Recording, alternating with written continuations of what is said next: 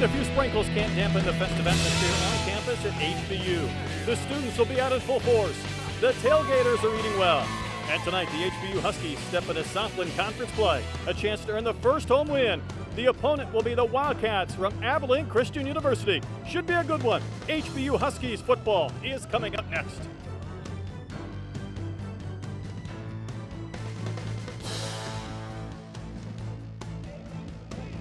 Husky Stadium is the site for Southland Conference football. The HBU Huskies, 1-2 in non-conference play, host Abilene Christian, 2-2 overall, 1-0 in league action after a win last week against Incarnate Word.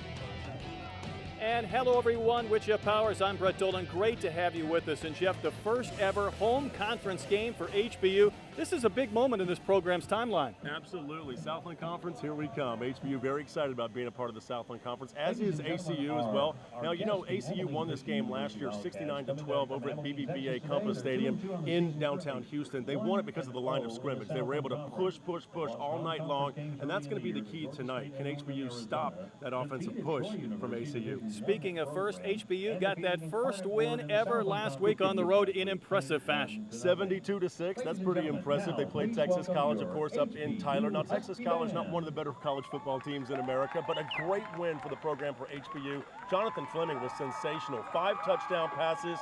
He threw for over 200 yards in that game and really split it up with his receivers. Also, they had a really good ground game as well. B.J. Kelly, very strong with nearly 70 yards rushing. Switching sides to Abilene Christian, 2-2. They had a big win against Troy, a loss early in the year at Georgia State. This could easily be a team 3-1 or maybe 4-0. Yeah, absolutely. They looked good last week in a 21-0 win over at Incarnate Word. Big win for them. And the thing about ACU, they get Herschel Sims back tonight. You might remember the name. He played at Abilene High School, won a state championship there in 2009. Played at Oklahoma State briefly, but now he is here with ACU. He feels home. He's getting the start tonight. We'll see what he can do. As Jeff mentioned, these two teams met last year downtown at BBVA Compass Stadium. A big win for the Wildcats. Huskies hope to return the favor tonight here on campus. It's the Huskies and Wildcats. Their opening kick comes your way right after this.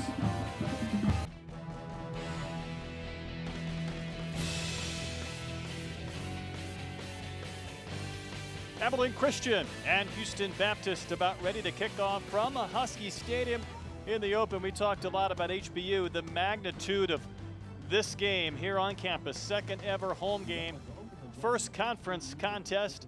Can't wait to get this one underway. And they're overcast skies, some light drizzles earlier today, light rain, and some humidity to deal with as well. Welcome to Houston, Texas, and not much humidity out in Abilene, but here in Houston, of course, this could be an ally for HBU, but the weather conditions really ideal. Don't expect any kind of moisture tonight or any significant wind, so I don't think that will be a factor. These two teams look ready to go. And Abilene Christian will get the football first. Of course, the Wildcats with a rich tradition won the NAIA Division I National Championship in 1973 and 1977.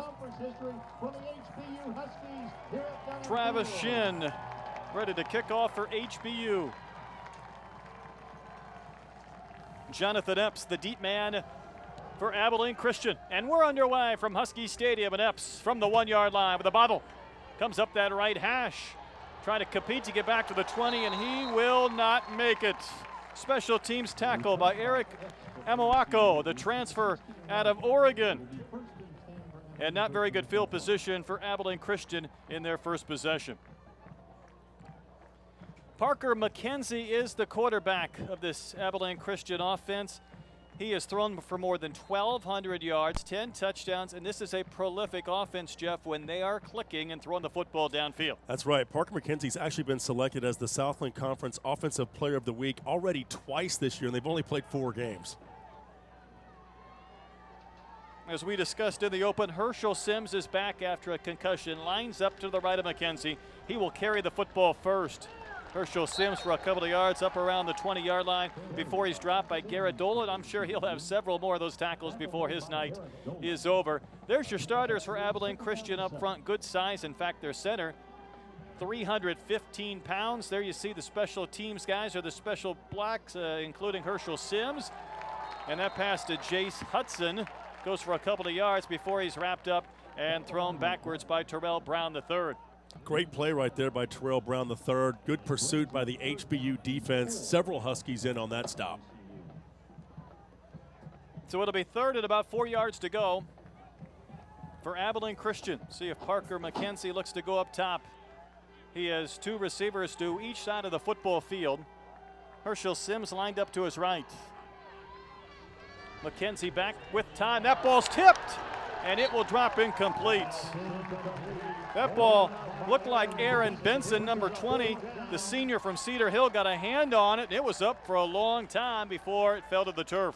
Aaron Benson, former Texas Longhorn, playing his 5th year of college football. And, hey, a 3-and-out for the Huskies right there. Very important to get off to a good start. Their defense forcing a 3-and-out situation, and a chance for their offense to shine now here for the Huskies. Austin Kilcullen on to punt. He averages about 36.5 yards. So the Huskies will get the football. We'll see if they have good field position. Tennessee native Kilcullen. A low kick that'll be taken right around midfield. And in fact, Lazarine able to propel himself into Abilene Christian territory. Jeff, tremendous field position for HBU. Couldn't have gotten off to a better start if you're HBU. Forcing the 3-and-out. Offense comes onto the field. Jonathan Fleming making the start. His now 4th consecutive start here for Houston Baptist University. And a chance for the Huskies to kind of mix things up tonight. Try to keep really both teams trying to mix things up offensively, of course. But quick timeout here, looks like, on the field. Here's a look at Jonathan Fleming and his numbers overall this year. But, Jeff, 5 of those 6 touchdown passes came last week against Texas College on the road. Yeah, that happened over at the Trinity Mother Frances Rose Stadium in Tyler, Texas. And HBU with their most impressive win in their young campaign, 72-6, of course. And really their defense played very well as well. They held Texas College to just 135 yards of total offense, including 86 on the ground, 49 yards passing. So I know we always want to brag about the offense when you see 72 points, but hey, the 6 on there just equally as impressive. In fact, they had a shutout going for most of that game. They allowed that 6 points pretty late. When you do talk about the offense, it was the balance last week, 217 yards rushing, 217 yards passing in that 72-point outburst, and a chance for the Huskies with a good drive here in their opening sequence to score first, because you mentioned that game last year, Jeff, and it was a contest where it looked like Abilene Christian was on their way to maybe 80 points. They were able to move the football at will, but that was one of the things you want about a 7-game developmental schedule. Get some of those kinks out of the way, the bumps and bruises, and build towards this season. Absolutely. You know, Vic Shilley's talking about the strengths of the team. We'll get into that in just a moment, both offensively and defensively at HBU. B.J. Kelly, the running back, who lines up to the right of Jonathan Fleming, the sophomore out of Spring. Quandre Wilson, the receiver, to the left. He has 3 wide receivers to the right, and it looks like Fleming changing the play here in the first opportunity, and it's a rushing attempt for B.J. Kelly, a couple of yards off the left side of the line. So the freshman from Waco carries first. There's your Huskies offensive line starters. Jacob Aguilar, the man in the middle. Your backs and receivers. B.J. Kelly just carried the football. We'll keep an eye on Kenneth Bibbins, a talented tight end, a Houston transfer. Huskies, like so many teams, they want to go up tempo after a gain of 2 in the first play. There is Bibbins, the big tight end, rumbling. 2 touchdowns a week ago, and Bibbins to the pylon. He's in for the score. That's a big man rumbling loose to the left corner of the end zone, and the Huskies strike first. Kenneth Bibbins open right across the middle. Makes the catch and lets everybody know what a fantastic sprint to the end zone. You don't see tight ends with that kind of speed, and he really turned on the Jets that last 20 yards. That's a big man, big speed, and a huge score for HBU. 2 plays into their conference home opener. And Travis Shin from the hold of David Duncan looks to add the extra point, and his kick is true.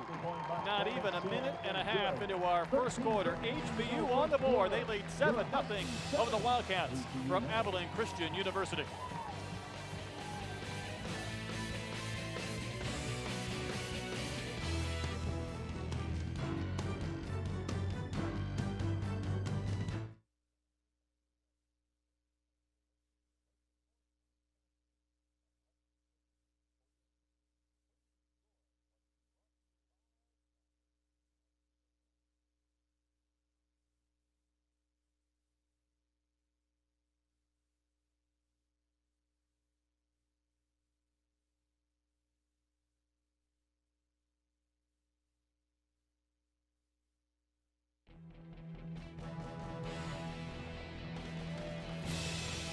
.81 degrees here in Houston. A little bit of visibility, always humidity. As Jeff mentioned, the wind's really not a factor tonight. Just like that, Abilene Christian getting the football back, trailing 7-0. And we're ready for action right here. Vic Shealy's got to be happy with what he's seen so far. Shin to kick off in the direction of Epps again. This one angling towards the boundary, and it will go out of bounds. So there's the flag. Good field position this time around for Abilene Christian. Yeah, you hate to see that anytime that ball goes out of bounds inside that 5-yard line down there. It's, you know, he meant well, but can't have that because that's a penalty, and that'll end up putting ACU in great field position. Fans from Abilene have made the trip to Houston, second time in as many years, although last year again downtown at BBVA. You know, Vic Shealy was talking to us earlier in the week just about the importance of playing strong both offensively with that ground game. Here's what he had to say as the team was fired up and ready to go.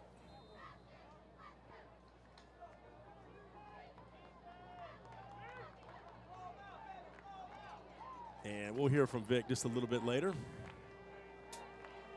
So Parker McKenzie back out to call the signals for the Wildcats. McKenzie's going to keep. Nobody located the football, and McKenzie rumbling into Houston territory down at the 48-yard line. That's a pickup of 16 on the play. Yeah, somebody missed an assignment there defensively, and Parker took advantage of it there. Watch, he fakes the handoff, reads that defensive end, and cuts to the left. That's exactly how you run that play, Parker. Nice job. Finally dropped by Taylor Thompson, the safety. But after Houston Baptist scored in their first possession, now Abilene Christian looking to answer here in their second. There's Herschel Sims, the dangerous back, just a simple run to the boundary. There's a late marker that came flying into the backfield, may negate this gain of 11. Yeah, that would have been a first down for ACU. Instead, it might be coming back. Sims with those big thighs. Has a twin brother, Ronell Sims, that played at SMU. So that play will go back, and that will not please Ken Collins. He's in his third season at Abilene Christian, 15-11 overall. Last year they were 6-5 in their first year in Southland Conference play. But last year, Jeff, this was a team that scored 501 points. They scored at least 60 points in 4 games. They hit 50 points in another and 40 points in yet another contest, so they're capable of putting up huge numbers. Yeah, they had a senior-laden team last year, one of the best squads they've had around here in a while. And I know Ken Collins is not too happy with what he's seen so far here in the early going for ACU, but they've just got to be calm and stick with their game plan. So backed up now, a 1st and 20 after that holding penalty. McKenzie with that play fake, throw it over the middle. He had his receiver in stride. Chase Hudson, who caught a 65-yard touchdown catch last week, couldn't hold on to that bullet. Speaking of your starters, there's the defensive line for the Huskies in their secondary. We'll call a few of those names tonight. Erica Mako already with 1 tackle for HBU, and there's the linebackers. A good trio: Garrett Dolan, Aaron Benson, and Terrell Brown III. 4 receivers in this formation for Abilene Christian. And the draw to Sims. Sims racing into Houston Baptist territory before he's chopped down by Dominic Barnett, the freshman from Houston, after a nice gain that won't get all the yardage back, but he got a big chunk. And that's the idea. On 2nd and 20, good call there. The draw play right up the middle, pick up more than half of that yardage back. It'll set up a very manageable 3rd and 7. 13-yard pickup, so you're right, 3rd and 7 in an empty backfield for Parker McKenzie. He has completed nearly 70% of his passes this season. 5 receivers in this formation. He's going to burn a timeout with 12:17 to play in our first quarter, so something he did not like. So we talked about Vic Shealy and about how he knows the keys is the running back situation for HBU, but also getting a good pass rush on defense. Here's what he had to say. Houston Federal Credit Union, your financial services partner and the official credit union of HBU. Visit Houston. Our running back core, I think it's got a lot of quality players and depth there. And just really feel like we've improved ourselves significantly as far as just the way that we're able to rush the passer off the edge.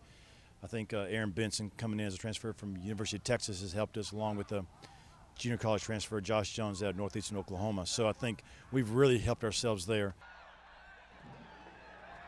Well, it's a big part of it, being able to rush the passer, especially, Jeff, when Parker McKenzie and this Abilene Christian lineup won't provide a lot of time. They will not stand back in the pocket. They'll chuck and try and move the ball downfield. And I think that's been a big improvement so far this year for the HBU Huskies, getting that good defensive pass rush. The ability to put that kind of pressure on a quarterback is huge for a defense. So after the timeout, 3rd and 7. Now Sims lined up to the right. There's a toss into the flat for DeMarcus Thompson, and there's a late marker. Pass is incomplete. Flag on the play. So incomplete on the pass play. Amoako on coverage. Meanwhile, there is a marker down at about the 33-yard line.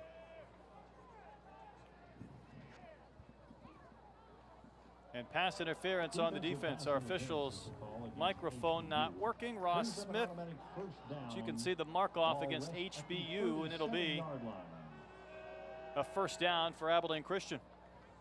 Yeah, penalties not something that HBU can afford to allow to happen so far here in the early going. They've got the momentum, they've played well, but penalties like that will just kill you.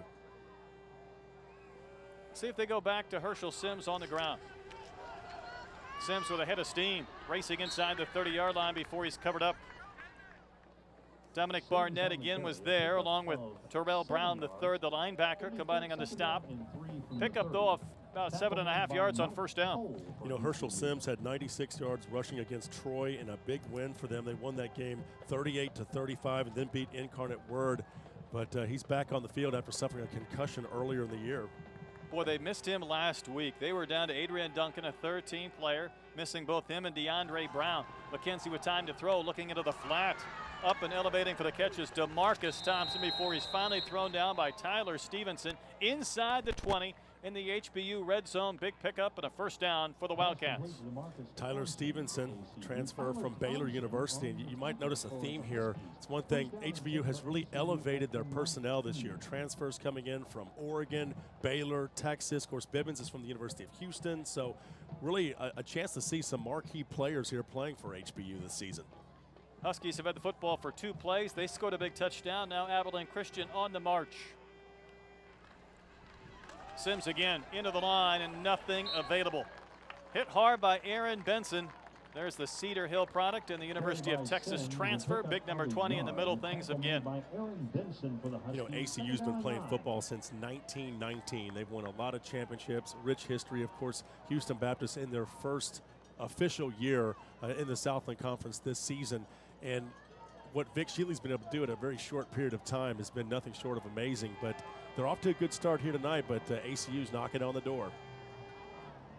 Long sustained drive by the Wildcats, 2nd and 9. Sims trying to wait for a hole to develop. Didn't just race into the line, Jeff, but you see a lot of blue shirts surrounding him. There was not much running room available, and there's Garrett Dolan along with Trey Gardner, just to name a few. Roger Henshaw, the HBU co-defensive coordinator, was telling me before the game, he really thinks the key is going to be that interior defensive line. If they can plug up that run game right there around the middle at the line of scrimmage, that's what he wants to see. Boy, beautiful sunset tonight here at campus at HBU. Big play here, 3rd and 7 for Abilene Christian. McKenzie gets rid of that football quickly. He intended his pass for Kate Stone. Maybe some miscommunication, and that one drops incomplete. And that's a break for HBU, because that's going to be a field goal situation now for Abilene Christian. Let's find out what happened. Parker's pass, I thought it might have been tipped, but no. And if you're a receiver, you probably don't want to duck if it's coming right at you. The idea is to try to catch that one, and DeMarcus Thompson could not come up with it. So Nick Grau on to attempt a field goal. Last week, this was a train wreck. He missed 3 different field goals from 43, 44, and 25. This right between the hashes, a 33-yard attempt, and he's dead center perfect tonight. So Nick Grau puts the Wildcats on the board. Each team has dented the scoreboard once tonight, but it's HBU leading Abilene Christian by a count of 7-3. And that was a good drive right there by ACU, albeit not a very long one, helped out by the good field position. But no question about it, if you're ACU, putting points on the board right now is key. Houston Baptist will try to see if they can work with that and keep on moving the ball. You know, we talked about the transfers, about some of these big-name players coming to HBU this year. Vic Shealy talked not only about what these guys mean to the team, but getting that Division I caliber player here. Let's hear what Vic said about the transfers and some of the players. Legacy Sports Network to catch highlights and a wrap-up of all of today's historic first Husky Southland Conference football game. Darren, we challenged him in some areas that he needed to grow as a football player after the season. We felt like, you know, if you want to have a chance to play in the NFL one day, then you're going to have to address these couple areas because there are going to be guys that will be more hungry to overcome liabilities they have if you're not. And he did that. His weight room numbers are incredible for a wide receiver. And Darien Lazard, one of those players that came over from the University of Houston, he was an impact player with the Cougars, but to come over here with very little eligibility left and to play right away with HBU last season and now this year his final chance, good opportunity for Darien Lazard, where's number 2 at receiver for HBU. And the Huskies will get the football back. That long drive resulted in a field goal, so a win of sorts for HBU after their quick scoring drive in just 2 plays, with Kenneth Bibbins racing into the end zone with a long touchdown catch. Nick Rao, the left-footed kicker, just knocked through the field goal of 33 yards, will kick in the direction of Barnett and Thompson, both back near the goal line. It'll be Taylor Thompson from the 1. Thompson trying to follow a blocker. Boy, took a big hit and stayed on his feet. Thompson hoping for another block. That's a lot of running to get back to the 16-yard line. And the freshman from Bellevue, I like his efforts. Maybe not the results, but he was dropped. Pretty good special teams play all in all by Lynn Grady. He's one of the linebackers that we will see a lot of tonight. Yeah, nice piece of running right here, back and forth, but not enough going forward. He was getting some blocks here, but decided to cut back around and ended up taking a knee down on the 16-yard line. I think he was confusing his blockers as much as he was the Wildcats. So HBU with a football from their own 16-yard line. So Jonathan Fleming again has taken the bulk of the snaps behind center this season. Handing off to B.J. Kelly with a head of steam, racing up to about the 24-yard line. That's a nice gain on first down, maybe 8 yards. Picture perfect, so to speak, courtesy of B.J. Kelly, the freshman from Waco. Yeah, B.J. Kelly's a very intense runner. So is Larry Day. Both of them had great springs and came into the fall just ready to go. Craig Bell as well. That the 3-headed monster, if you will, with HBU's running attack. Boy, you'll have a gain of 9 on first down. So 2nd and short for the Huskies. Bunching things up right around the line of scrimmage, shy of the 25. And it looks like Jonathan Fleming might be changing the play at the line of scrimmage. And again, it's Kelly. He may not have it. He needs to get to about the 26. Looks like he's marked down apparently at about the 25. So it'll be 3rd and short. That's where you want to see that offensive push. Find a way to pick up that extra yard. You don't even want to think about a pass here. So it's B.J. Kelly lined up to the left of Fleming. 3rd and short. See Abilene Christian putting about 8 men in the box. And it looked like the Huskies jumped.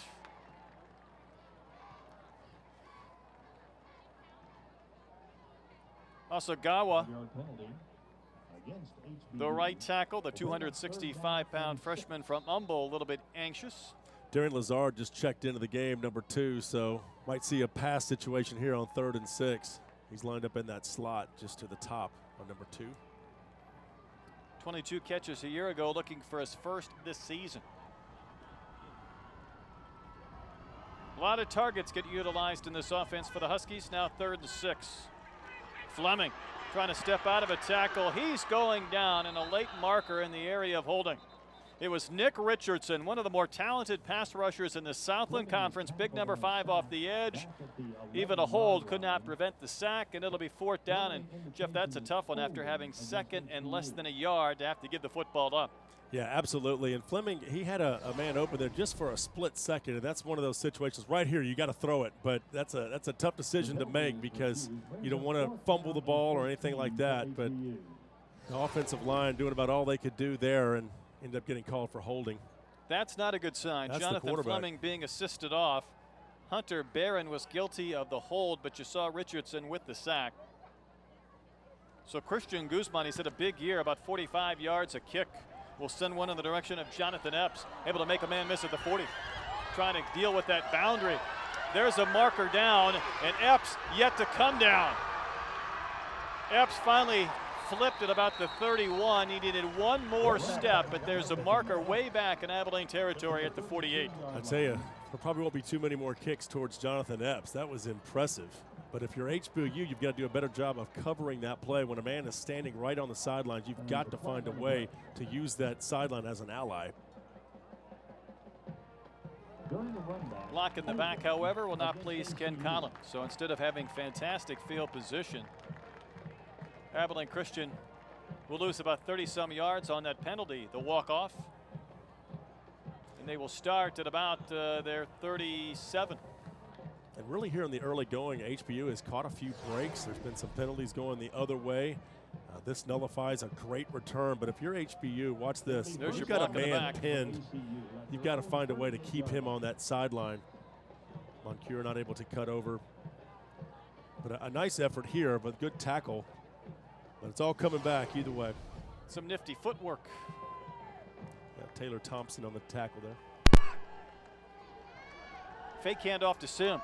Toss goes out in the flat to Thompson. DeMarcus Thompson able to get the football up to about the 44 on the quick catch. That's his 25th of the season. The young man from DeSoto, nearly where his season high is in receptions with several more games to play.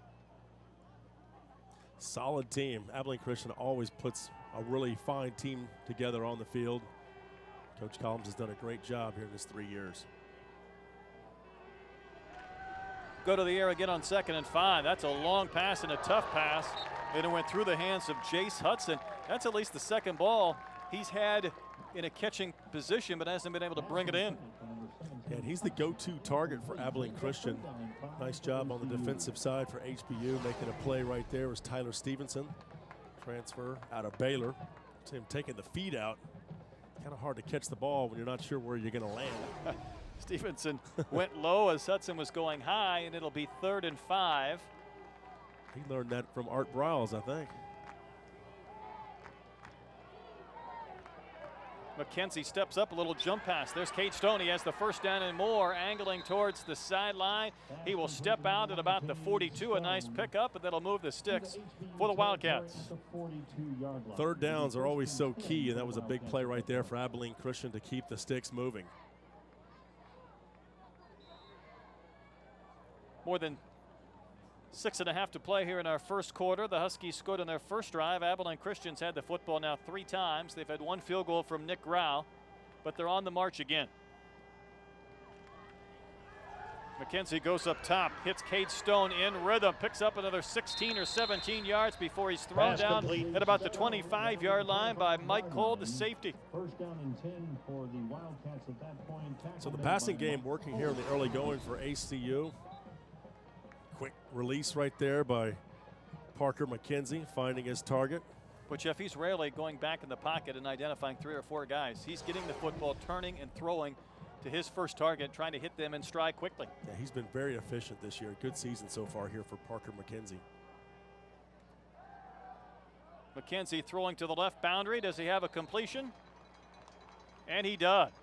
On the corner, it's Cedric Gilbert, a man who has caught a touchdown pass in all 4 games this year. This time a first down catch right in front of the corner, Barnett. This drive has been courtesy of the air. Last couple drives, they tried to keep the ball on the ground, run a lot of Herschel Sims, but this particular drive has put them in the red zone via the air. Well, you notice they've changed the tempo. Very efficient through the air in this drive. See what they want to do here. From the 14-yard line of HBU. It's Sims again. Looked like he dropped a knee, but then he tried to pop up. Garrett Dolan finally threw him down along with Caleb Malveaux. But there were 2 or 3 blue shirts there quickly. Tyler Hilaire was the first, I believe, a freshman from Houston. Yeah, you can't assume anything. The minute that yellow flag came out, HBU quickly pounced on the runner. but Five-yard penalty offsides it's an offsides penalty against HBU, so that'll negate a good defensive play and move the football inside the 10-yard line. Can ill afford penalties inside the red zone. That's been a problem for Houston Baptist, at least in their first home game. Cade Stone lining up to the left. He's out there in man coverage. The ball comes to the right instead. That's Cedric Gilbert. 5 games, he's caught 5 touchdowns. There can't be another receiver in college football who has that distinction this season, and the Wildcats have taken the lead. That was a very impressive drive, almost all of it through the air, picking on the HBU secondary. You know, Vic Shealy talked about needing to get a pass rush. They didn't get it on that particular drive. Look at this lineup. It looks as if Wildcats were considering some trickery before they will drop back into the regular formation with Nick Grau from the hold of the quarterback, Parker McKenzie. Both of these teams have had a few blocks this year on special teams. Not this time. That one is true, and the extra point makes this a 10-7 game. Abilene Christian with the lead. 5:25 to play in our first from Husky Stadium on Fox Sports Southwest.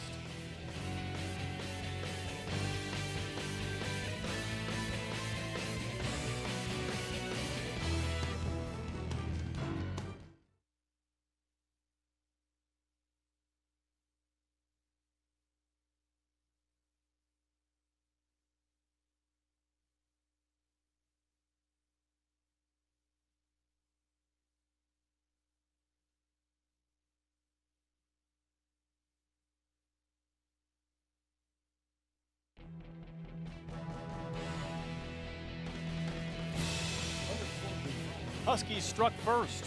Last 10 points have belonged to Abilene Christian. Good game going on. First quarter, 10-7. The Wildcats with the lead. And that was a very good drive for Abilene Christian, able to move the ball through the air.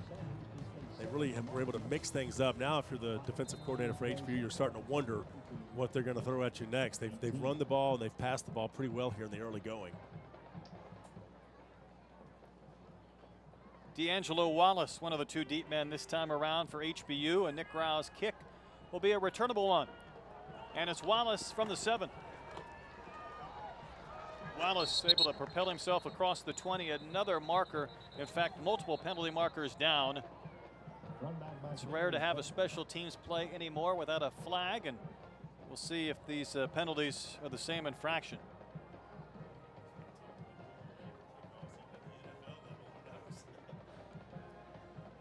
There is a flag on the play.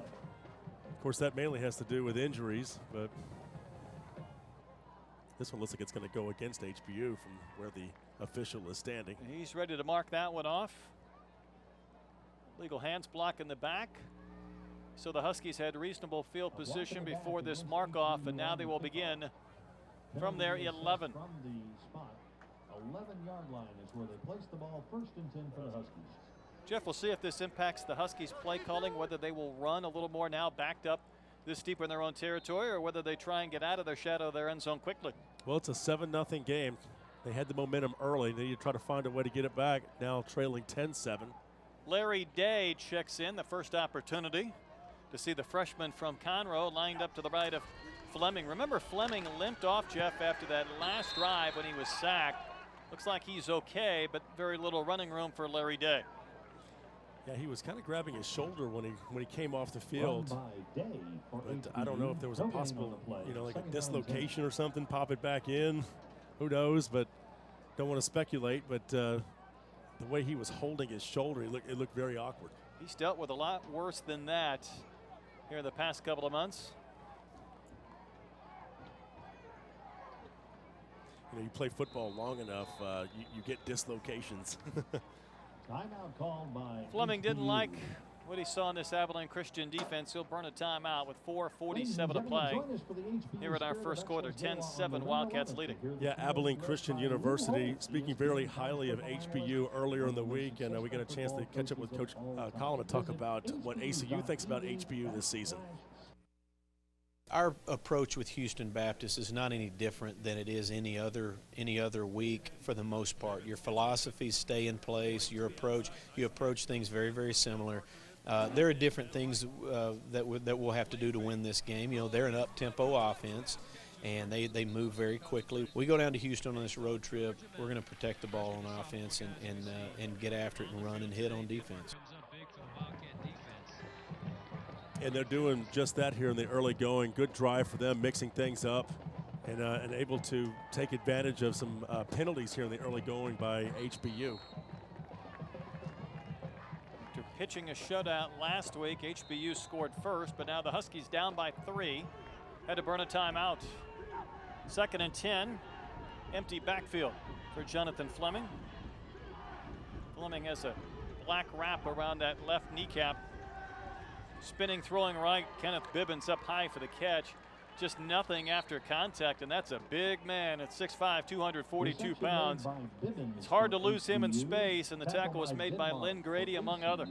Well, and Kenneth Bibbins, he's been a kind of a go-to target for HBU coming off the 2-touchdown performance against Texas College.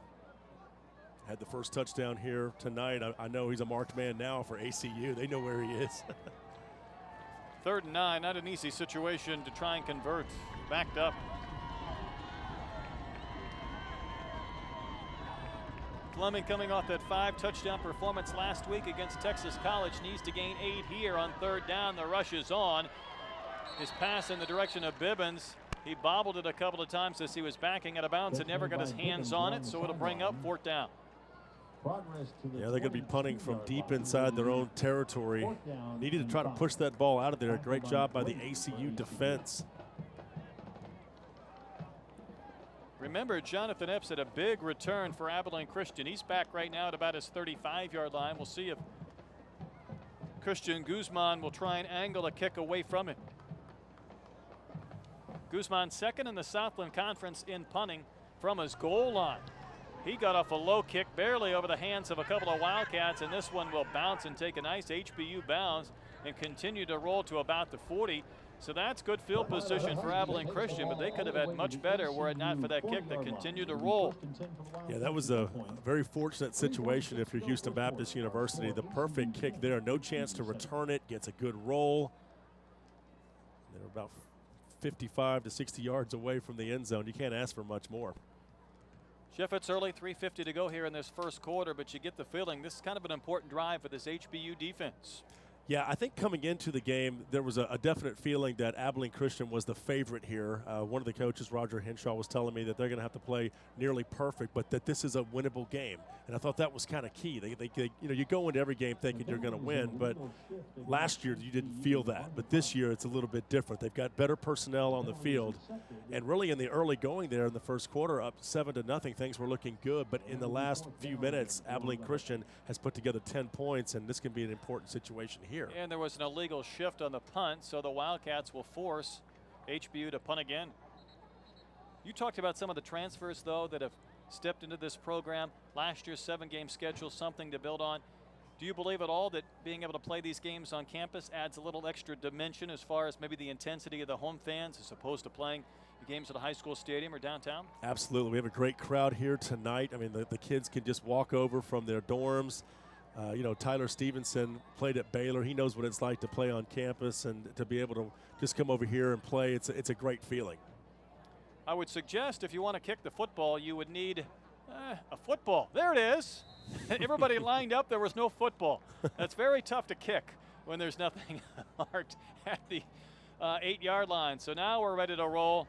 Guzman gets away a booming kick. This will send Epps back inside his 40, but a chance with a block to get something going. Heading to the boundary, and he's flipped. Good open field tackle was made in space by Cody Moncure. He maybe saved 10 or 15 additional yards.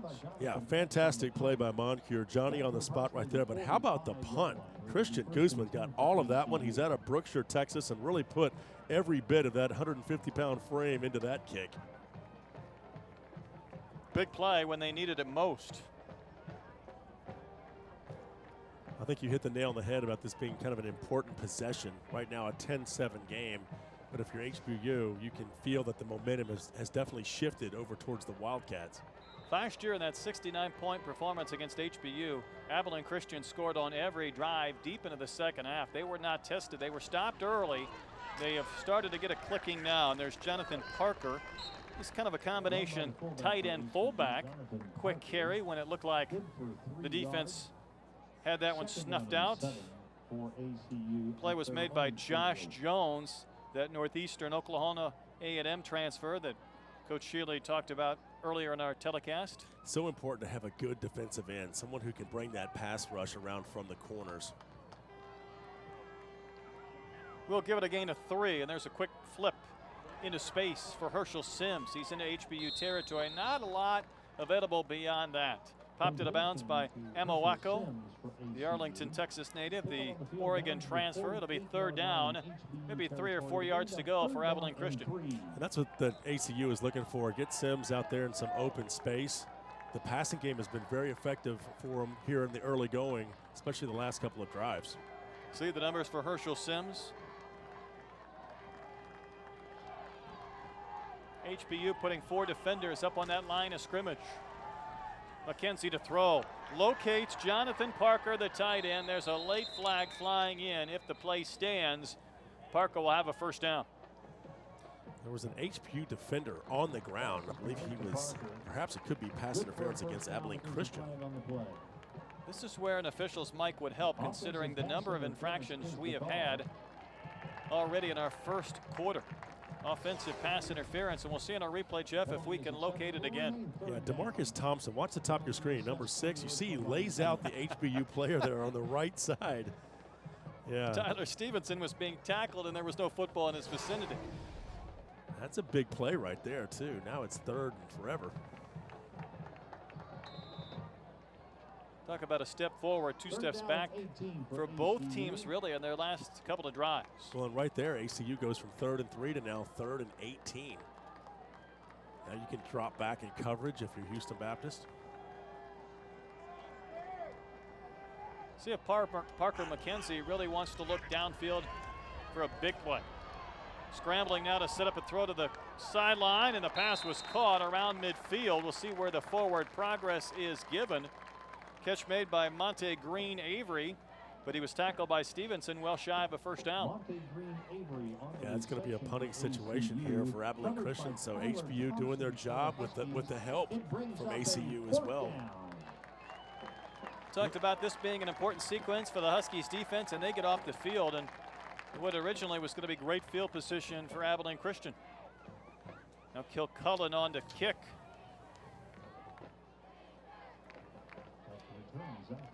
Zach Lazarine hoping for a chance to return. This kick's going straight up in the air. This is probably going to take an HBU bounce. Nope, it'll bounce the other way. Continue on that carpet inside the 20, inside the 15, and the Huskies will have it back. But this field position here the last 6 or 7 minutes has faced or fared at least in the direction of Abilene Christian. If you're HBU, you're looking for consistency on offense, mixing it up. They had a lot of balance last week, but Scott Smith knows that they've got a different opponent on the field today. Abilene Christian's got a stout defense. They do a nice job of plugging up the middle and stopping the run. It's important for Houston Baptist to get that run game going. They've got to establish the run, because if they get behind in this game and have to throw it, it could be a long night. That's right, and this field position has not helped. They will begin from their 13 as we near the end of our 1st quarter. Larry Day remains in. Larry Day provides you good blocking for Jonathan Fleming in passing situations as well. Watch out for that. Remember, Jonathan Fleming played 1 year at Abilene Christian for Ken Collins. You know, this is a big game for him. His pass to the flat hits Wesley Lewis, and then he got popped and hit hard. Justin Stewart. Well defended right there. That's about as good as you can defend that play. Loss on the play, quickly got out there. You see the burst of speed. That's some athleticism on the corner. And that, not 1, but 2 ACU defenders over there. Nicely done. Justin Stewart wrapped him up. 2nd on the team in tackles, a San Antonio, Texas native, the safety. Lewis, though, with his 12th catch of the year. That's the good news. The bad news, no gain. So it'll be 2nd and 10. High snap, but Fleming able to bring it down. The fade to the boundary. Pretty good coverage in space. That one intended again for Wesley Lewis, but step for step was Keith Barnett. Yeah, great coverage right there by Barnett. And both players were kind of jostling for position down the field, but nothing, no flag thrown. So you can look at Ben Hines there.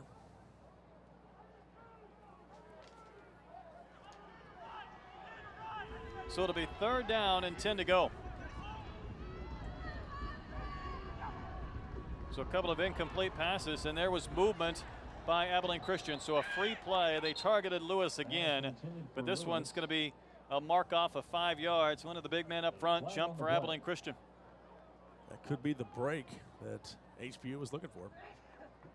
Offsides is the call against ACU. 5-yard penalty, replay 3rd down. So a free play. HBU tried to take advantage, knowing that they get the mark off if the pass dropped incomplete. Key play right here, 3rd and 5, but much more manageable than 3rd and 10, that's for sure. Keep an eye on number 5, Nick Richardson, lined up to the left side of the defensive line for Abilene Christian. Good look from the backside of Fleming, what he is looking at in this play. This 3rd and 5 snap. Quick pass, a timing play intended for Lazard. Pass was too tall, and it'll be 4th down. Yeah, Lazard had a step, would have had a 1st down too, but that ball was just overthrown. There's a good look at Vic Shealy, the head coach. Went to Liberty. Liberty has produced a lot of good coaches through the years. As we close at the end of the 1st quarter here, time comes to a stop with 49 seconds. We'll send a tale of 2 quarters here almost in the 1st quarter. He'll send Guzman on to kick again. It takes him a long time to kind of get ready to kick. He'll bounce this one in the direction of Epps. We've seen his speed already. Epps running to the corner. Epps will be ridden down hard from behind. Another marker comes flying in just when it looked like the special teams play would be made. It was the tight end Kenneth Bibbins who had to tackle Epps. Otherwise, he was taken into the house. Might have had a horse collar there, too, at the end. That's right about when the flag came flying in. That would go against HBU. But let's see. Let's get the call. Well, I know teams work on special teams in practice. A block in the back. We have not had a single punt, a single kick without a flag tonight on both teams. And that just nullifies another great return by Abilene Christian. I mean, you've got a man out there who's just giving his life for you and picking up all kind of yardage. And yet, twice now, flags have nullified the play. And Jonathan Epps, I'm sure he's talking to some of the special teamers now. Watch the play right there. The block in the back. You see the blue shirt going down. Number is pointed in the other direction. So good call. We still have 35 seconds to go, though, in this 1st quarter. Parker McKenzie not fooling around anymore. Going up top, hitting his man. Monte Green Avery in stride, but he could not hold on. Yeah, the crowd here at Husky Stadium at Dunham Field very pleased with that play right there. And I tell you, that's a big stick. It was all about the defensive play right there by that man, Taylor Thompson, of Belleville. Watch him close in quickly. Ball came jarred out. That ball loose. Sure did. Good play. That's a bang-bang play right there, but a step further, that would have been a fumble. There's a man last year had 4 interceptions. Yeah, he really makes it happen. He was a big part of Belleville's success a couple years ago. 2nd and 10. They'll run the football with Sims, and he's going backwards. Dropped by Aaron Benson. Called his name a few times tonight. Yeah, Aaron Benson looks good. This is his 5th year of playing football. Transfer from the University of Texas. And it's not really technically a transfer because he played out his 4 years at Texas, just didn't get much playing time and was allowed to play a 5th year of college football here at HBU. So a loss on the play. It'll be 3rd down, 11. HBU's defense trying to get off the field again, but we'll flip sides after the end of our 1st quarter. So an entertaining 1st period here at Husky Field. The Huskies scored first, 10 straight by the Wildcats. They'll have the football when you come back to Houston, 10-7 ACU. Robert and Dennis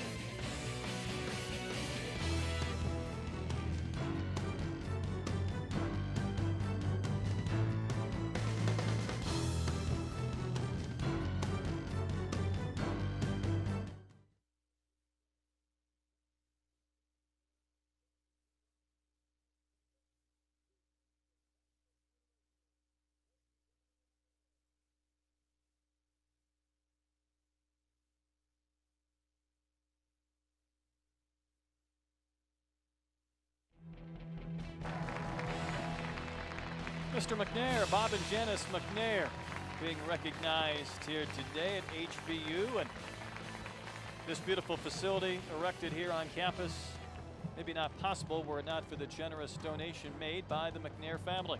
Absolutely, such a big, important part of the city of Houston, of course, with the Houston Texans as well, the owner there. But Bob McNair, a big part of HBU success. And you see the picture right behind him with the stadium. You got to like that, too. There's a man who had a health scare not that long ago, feeling good, looking good out here tonight with a big crowd at Husky Stadium. A lot of purple. Fans made the drive from Abilene, hoping to see their Wildcats get another conference win, improved to 2-0. And Jeff, we talk a lot about the Huskies. They're trying to win their first Southland Conference game. This would be a nice step for Abilene Christian to go to 2-0 early in league play. Yeah, absolutely. They had the shutout last week. They look good. They're on a 2-game winning streak. And you're right, they do travel well, too. Their fans really show up. They were big last year at BBVA Compass Stadium in downtown Houston when they won that game against HBU. They're building a beautiful on-campus stadium soon back in Abilene. Parker McKenzie able to slip out of a tackle, locate Herschel Sims. There's a dangerous man in space. Herschel Sims inside the 20, carrying tacklers. Cody Moncure went for a ride. A broken play, and they were able to get huge chunks on that pass from McKenzie to Sims. Yeah, that's on the HBU linebackers right there. When Herschel Sims comes out, he's wide open. Nobody's near him, and you see Parker finds him quickly. And look at the way Sims runs the football. Shades of what he did back in 2009 at Abilene High School when they won the state championship that year and had that nice run. Well, he outran his blocking. Little man as far as the 5'9" goes, but he packs a punch with those 210 pounds. Yeah, most of that in those thighs.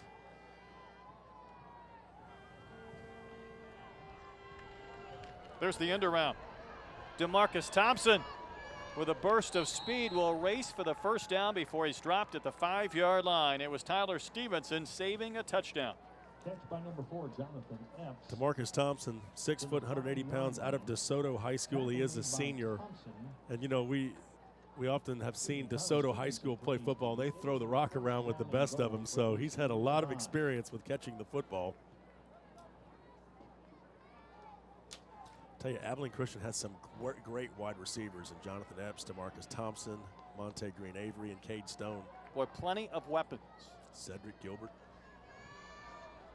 McKenzie will keep, and he will be thrown down. Good defensive play by Terrell Brown III, stringing things out. Man, last year who was second on the team in tackles was 61. This year, second on the team in tackles, and that's a big one because it looked like McKenzie had the corner, maybe a touchdown. Yeah, good closing speed right there by Terrell Brown III out of Fresno, Texas. The 6'2", 210-pounder closed quickly. Now second and goal. McKenzie going up top. Able to complete his pass again, well shy of the goal line. Cade Stone got drilled after his catch.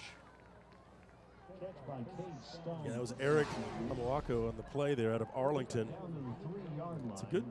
It's a safe play, but nice tackle. Got the leg up, out of the way, made sure there was no chance that he had any chance of putting that foot down and no kidding. Run the football in. Yeah, Amawako able to use some textbook tackling procedures, and you see where the ball's marked, right where they would kick a PAT, but in order for the Wildcats to do that, they'll have to convert on this 3rd and 3. 3rd and goal from the 3. It's like a timeout called here early in our second quarter. They'll talk things over. And if you're HBU's defense, this would be a big feather in their cap to somehow keep Abilene Christian out of the end zone. You give them the 3 points, but you want to make sure they don't score a touchdown here. And if you're ACU, you've got the momentum. You've rattled off 10 unanswered points, and a 17th right here would be huge. I would agree with that. We got our first quarter stats delivered to the booth, and just 2 first downs for HBU and 35 total yards. So it's been tough sledding other than that one big catch, the 48-yard touchdown grab by the tight end Kenneth Bibbins. The big man was able to put HBU on the board early 7-0. Now 10 straight for the boys in white, and they're 3 yards away from another score. Well, the penalties, 10 penalties so far in this game. HBU with 6 for 109 yards and ACU 4 for 61 yards. We've only played a quarter. You know, I did a game last week, and UNLV at Houston, and UNLV had about 200 yards in penalties, and I don't think I ever saw a team have 200 yards penalties in one game, but HBU well over 100 after one quarter tonight. Yeah, that was a problem in their first game. In a winnable game, a game that they'll tell you that they felt like they should have beat McMurray, but penalties really hurt you in these situations. They take the momentum away from you and everything. Here's a key play right here, 3rd and goal. 3rd and goal from the 3. Sims lined up behind Parker McKenzie. Looks like HBU will burn a timeout, seeing the alignment from Abilene Christian. Little cat and mouse, little chess going on here. This is a big play. It's pretty obvious. I mean, if 2 timeouts are called on this play alone, you know it's pivotal.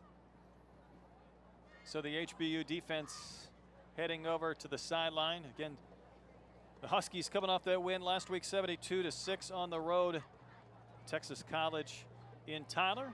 This is their first conference game, and the fans have turned out tonight to witness it. Yeah, they have turned out in droves tonight, no question about it. You see HBU trying to fire up this defense. Give me one more play. That's what they're saying right there. Find a way to give me one more play. And the defensive coordinator, Roger Henshaw, and also his co-defensive coordinator, Brent Wieselmeyer, they're trying to dial it up. They want, and I tell you, no one wants it more than Burt Jordan right there on that defensive line as well.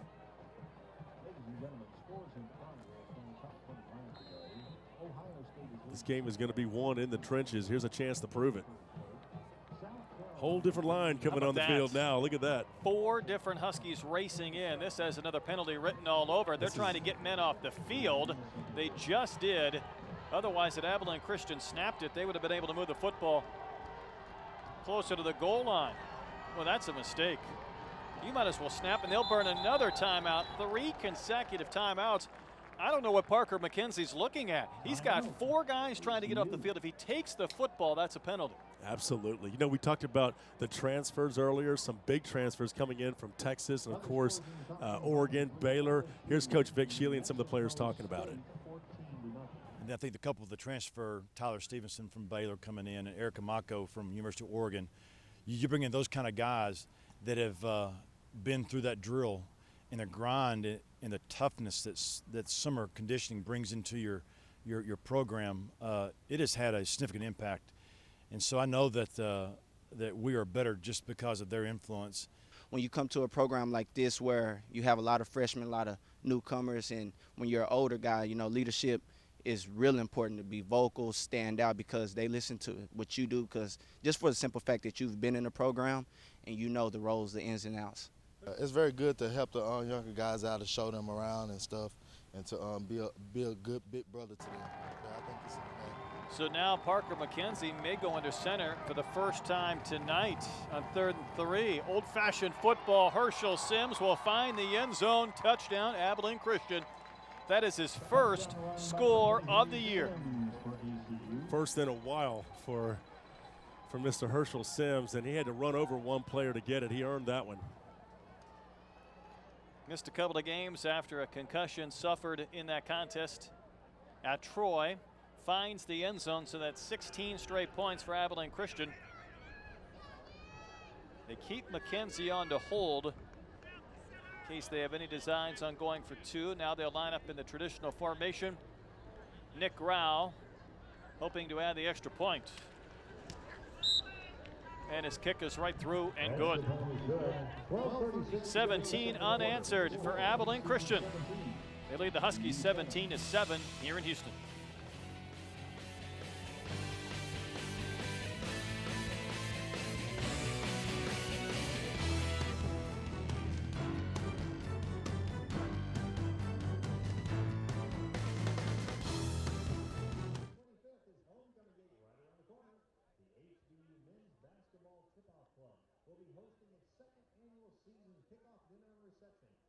Prepare for the start of the 50th season of HBU Hoops.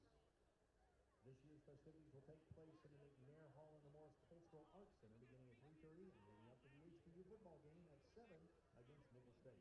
It'll be a great time of food and fellowship. Many former HBU basketball players, coaches, alumni, and friends of the program Come on in, meet this year's team, and hear from special guest speaker, Hall of Fame coach Dan Chancellor. Basketball offers on how to RSVP. Oh, stay away. Come back another day. We don't need any rain. Even though this carpet, this turf here at Husky Stadium can handle it, but the Huskies will be the first team to have to contend with the rain. They'll get the football back after that Abilene Christian touchdown from Herschel Sims. Well, and the rain always screams running the football. And that's something that HBU has had some trouble with tonight. That may compound the problem, down 17-7.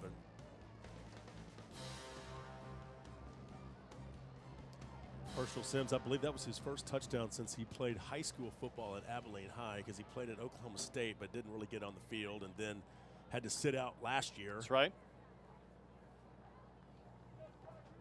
I know he feels good about that. Somewhere Steve Warren's feeling pretty good too, his old high school coach. Everybody needs a second chance in life. Huskies could use a big play on special teams. Nick Grau with a high kick. That'll come down in the end zone. It was bobbled briefly by Wallace. He's going to bring it out. D'Angelo Wallace got a step to allow him to get up right around the 20. And that's where the Huskies will begin. 12.5 to play here in our second quarter. There's another. I know I hate to sound redundant again. There's another marker on a special teams play down in the field. We're about 100% on special teams tonight, aren't we? Someone's going to run one back, and you'll have to mark this one out of the end zone and backwards.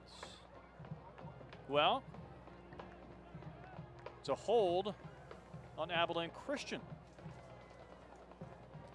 Infraction on the play is holding. Rain is coming down, and I tell you, no one looked more disappointed there than Ken Collins when he saw the reaction from the officials telling him that it was against his team again. How do you have a holding penalty on the team kicking? No. You see him, as Mike's not worked tonight, you see him motion twice as if to say the first time someone said, "Are you sure?" He goes, "Yes, holding." Abilene Christian. A little better field position now for HBU. They're out to their own 30. The blitz. Craig Bell is into the game. Craig Bell with a nice carry. Nearly lost his hat. For all that, he'll gain about 12. Some serious popping going on that play right there. Lynn Grady got him, but Craig Bell delivered a blow as well on that running play. Yeah, he's known to ring some bells, that's for sure. Watch Bell takes his hand up. There was a blitz from that left side, so Bell, when he takes the hand off, he can get by the front line. He can make some yards. Watch the hit right. Well. Almost looked like a face mask. There was a quick pass out in the flat to Wallace. One time, Bell recalibrated, tried to turn his mask or his helmet back, and then he got hit a second time. He runs hard, that's for sure. Gain of 1 in that previous play. So Fleming looked to the sideline, takes the snap, puts it in the arms of Craig Bell again. Bibbins lost his helmet, so he'll have to come out. That's a tough break. Bell, the Sweeney kid, carries for 2 more yards, but it'll be third about 7 or 8. As Maxwell Brown will check in. He's out of Pearland, Texas, 6'3", 232, backup tight end to Kenneth Bibbins. You saw there on the sideline there, that's Lynn Grady getting his helmet adjusted after that big hit the play before. Need some better chin straps. 3rd and 7. Center, of course, can move. The rest of the line has to stay still. It's Jacob Aguilar, and the snap into the hands of Fleming. Time to throw for Fleming, but he's going to roll with Richardson chasing him, and he'll throw this one into the seats. That might have been a wet ball right there. It kind of got away from him. Of course, he was being chased. But on 3rd down, you'd like to see an opportunity there to try to pick up the first down. Going to keep that play alive. Instead, it's 4th down. Keith Barnett and the Wildcats will head off the field, and the Huskies will have to punt again. Yeah, the field position battle has been more in the favor of Abilene Christian, but penalties have hurt them on special teams. But we'll see if Houston Baptist can get off another good punt here. Christian Guzman has been a busy man, and the Wildcats will drop 2 in a punt return formation.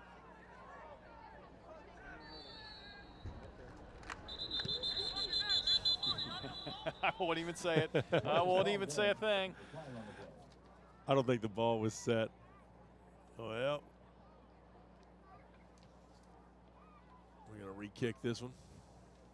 It's hard to bat 1,000, but I think we're doing so in our kickoffs and our punts.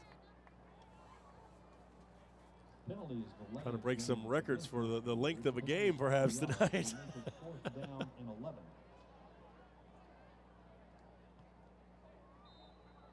That's one of the tough things when you've got a relatively new program. You really want to, you got to keep those penalties in check.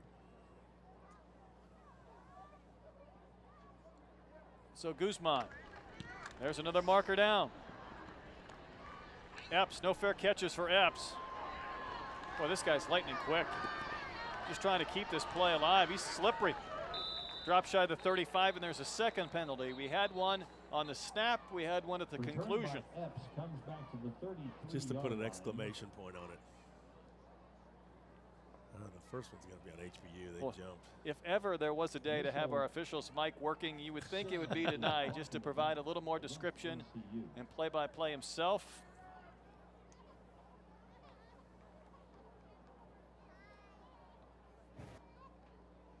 As we see the offsides on HBU, that's going to be declined. There'll be a second penalty, a block in the back. And Jeff, when you are building a program and you don't have tremendous depth, you're going to have a lot of starters involved in your special teams plays. You know, those big schools, they might put some of the kids on the field. That's their one and only way to get out there. You see guys like Dolan and others, there's a lot of starters who play on special teams to try and assist. But right now, some of those veterans, if you will, making some mistakes. Yeah, the special teams have really been costing both teams, and maybe even more Abilene Christian on some of these special teams plays. But you hate to see the penalties. It not only slows the game down, but it'll drive the coach nuts. It becomes a field position battle. You start losing 15 yards here and there, and it's hard to overcome.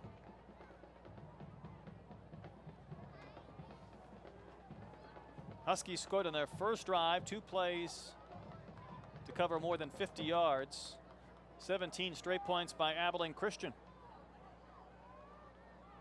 Herschel Sims, who had the previous touchdown, ran into his own man, stays on his feet. Sims with his great speed, down the right boundary. Tyler Stevenson trying to push him out of bounds, and he'll escort him out at around the 12-yard line. Huge gain for Sims. Well, we thought he would be a big part of their offense tonight, and he's really showing up here, especially in the second quarter. Had the 3-yard touchdown run, and now a big run up the middle. And you got to watch him when he gets in that secondary. Look out, pushing one of his own guys out of the way, breaks to the sideline. One man to beat. He tried to kind of fake him out there, but Tyler Stevenson said, "Nothing doing. You're going out of bounds." 68-yard running play for Herschel Sims. You could see, Jeff, where he's going to be a dynamic Southland Conference player. Yeah, he's got the leg drive. He's got some speed. He can pick up those tough yards up the middle. He's not going to get a play off. He'll carry again into a few blue shirts shy of the 10-yard line.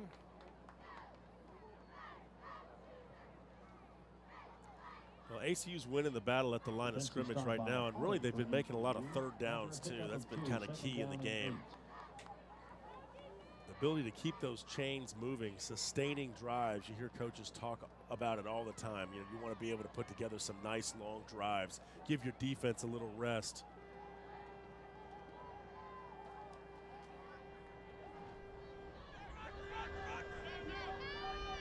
Second down and 8. McKenzie trying to keep this play alive and throwing one that finished well out of bounds, intended for Thompson.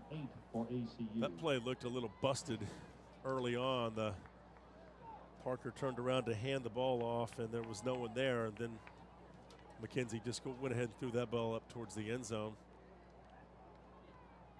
That's Kadarius Baker warming up, number 15 there, backup quarterback. He's out of Navasota, won a state championship there. We saw Fleming limp off a couple of drives ago, but he continued on. We'll see if maybe Baker gets some playing time when the Huskies get the football back, but it's 3rd and 8 here with the Wildcats on the march. Might be the spark they need. We'll see. Simple running play for Herschel Sims. Makes a man miss at the 5 and continues inside to about the 2, and that'll move the sticks and be a 1st and goal for ACU. Another big third down play for ACU as they pick up a first down again. Brings up first down and goal for the Wildcats. Can't let that happen, not right up the middle, especially that close to the end zone.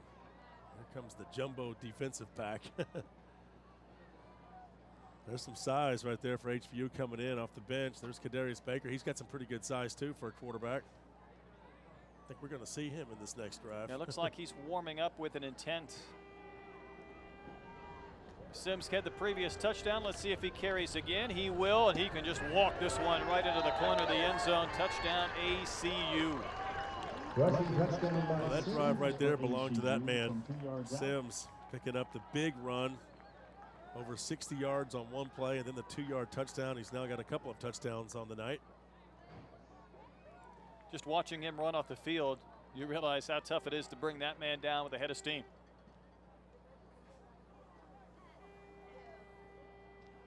Didn't quite fit in at Oklahoma State, kind of getting a second chance at home. That's important. He's from Abilene, getting a chance to show what he can do at Abilene Christian. A lot of great athletes out there in the big country. Nick Rao, the sophomore from Grapevine, pounds one through the rain and through the uprights, and that's 24 unanswered for Abilene Christian at the 9-minute mark here in our second quarter. Huskies get the football back, looking for some offense when you come back to Houston.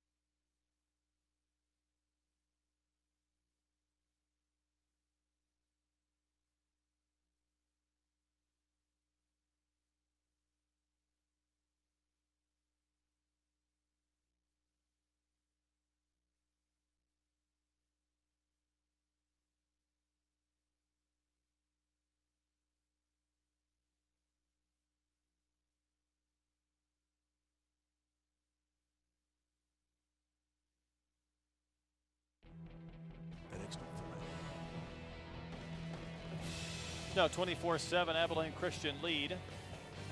9 minutes to play here in our second quarter. Second home game ever here on campus. First conference game. It was HBU scoring first, but boy, Abilene Christian has found a second gear offensively lately, Jeff, and it's called Herschel Sims. Yeah, the 75-yard drive, most of that by Herschel Sims, 5 plays, minute 56 off the clock. That coming off that 7-play, 51-yard drive. They're starting to put together some drives now.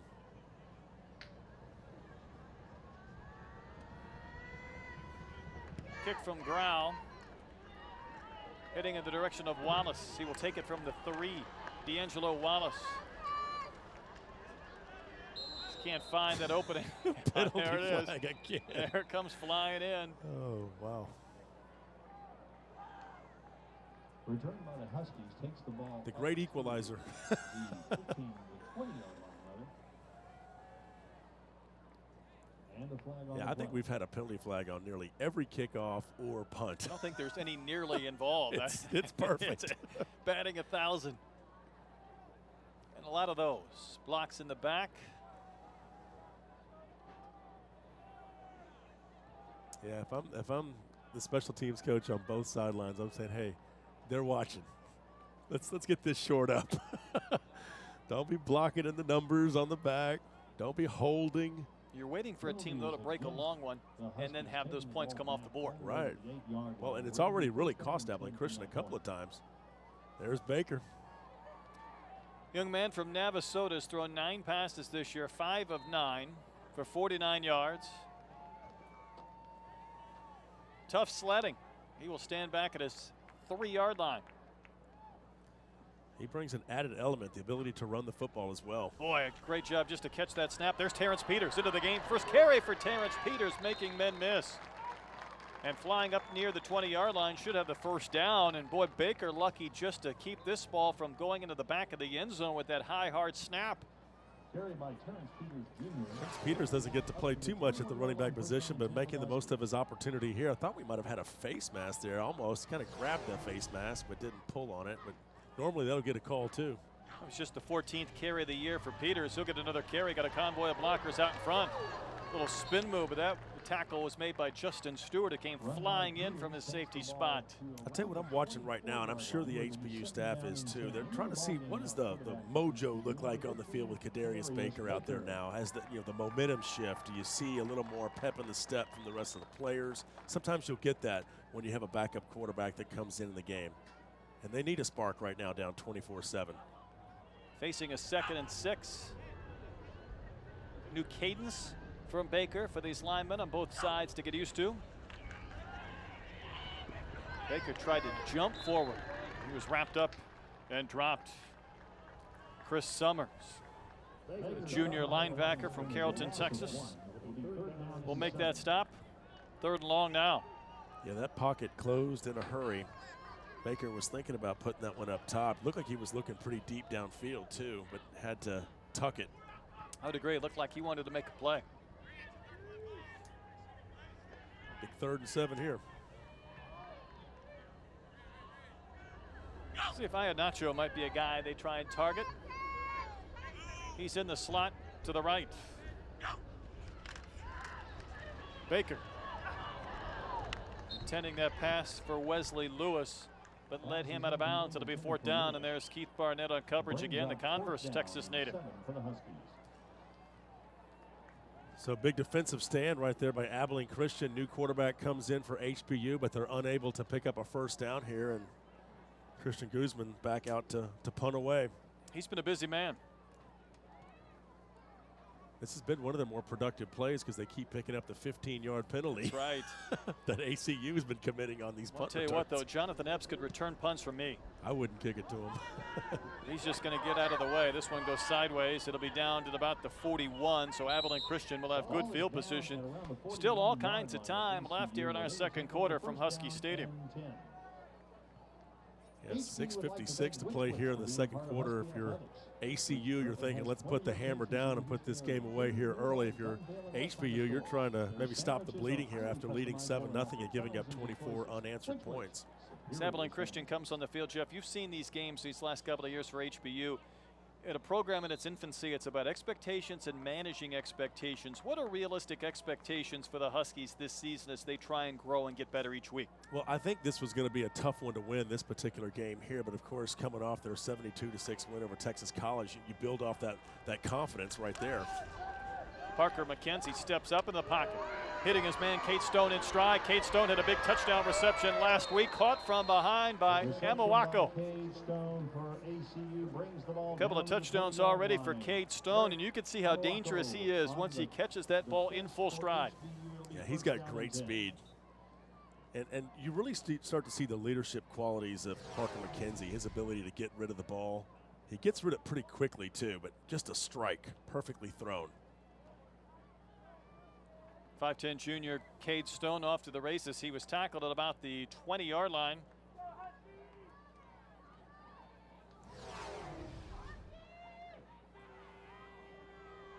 Still throwing the ball around with that rain. Got to see a flag come flying in there, don't you? Taylor Thompson looked like he had wrapped up Jonathan Parker, the tight end, maybe tackled him a bit early, but no flag. Tired of throwing those flags. Right arm getting a little weak. Let's watch this one again. Again, a great pass here from Parker McKenzie. Nice strong arm. Well, he may have been a little bit early on that tackle, Jeff. I guess if they don't flag it, it doesn't count. Well, everyone's watching up high, and now for the 2nd time we see another HBU player kind of going low. That's Taylor Thompson taking the feet out. A fake to Sims. McKenzie with time. His man's wide open into the end zone. That's a touchdown for Cade Stone, his 3rd score of the season.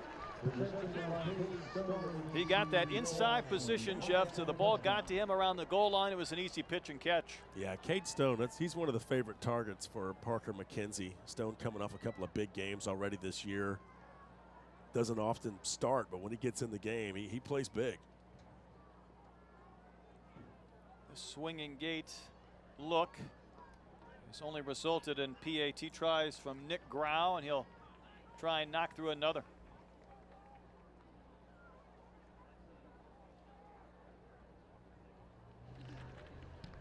.31 unanswered for Abilene Christian. That one bounces up on that hill and out of play. Wildcats have been in rhythm here offensively.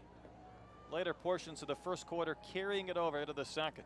Yeah, ever since the opening touchdown by HBU, they held the momentum there for a while, but Abilene Christian has just come back in a big way. And we're starting to see shades of the game from last year. And ACU, they've got a great quarterback in Parker McKenzie. He finds a way to distribute the ball around. His receivers getting open. That's Cade Stone there with a big touchdown. But good velocity on that ball, perfectly thrown. Stone had inside position against Taylor Thompson. You know, last year ACU won that game 69-12. You talked about how they scored on, I believe, 8 of their first 9 possessions. They have a great offense, and really HBU for the most part has not been able to stop them tonight. They had the field goal, but they did have the 3 and out to start the game, but they weren't able to sustain that, that momentum. You're right, Jeff. Last year 69-12, Abilene Christian had nearly 600 yards total offense. Their quarterback, John David Baker, threw for 4 touchdowns, ran for another. He's a grad assistant on this team now for Abilene Christian. Watching Parker McKenzie, Herschel Sims and company do their damage. Here's D'Angelo Wallace. Boy, Wallace has some speed. Wallace gets a block. Wallace stays on his feet until he's escorted out of bounds right around the 36. Pretty good return for the young man, the freshman from Cibolo. Yeah, that is a great return right there. We'll see if that can maybe give HBU a spark. They need a good long drive right here at a Cibolo Steel High School. Well, here we go. I thought there was a chance we'd get away with one with no flag, but oh. And you could see the reaction of Wallace after he turned around, realizing that return was all for naught. Penalty on HBU, and this will back him up. And Jeff, we've kind of laughed about it, I guess, to keep us from crying about the number of penalties for both teams on every single punt or kickoff, but it's really impacted field position really in this game.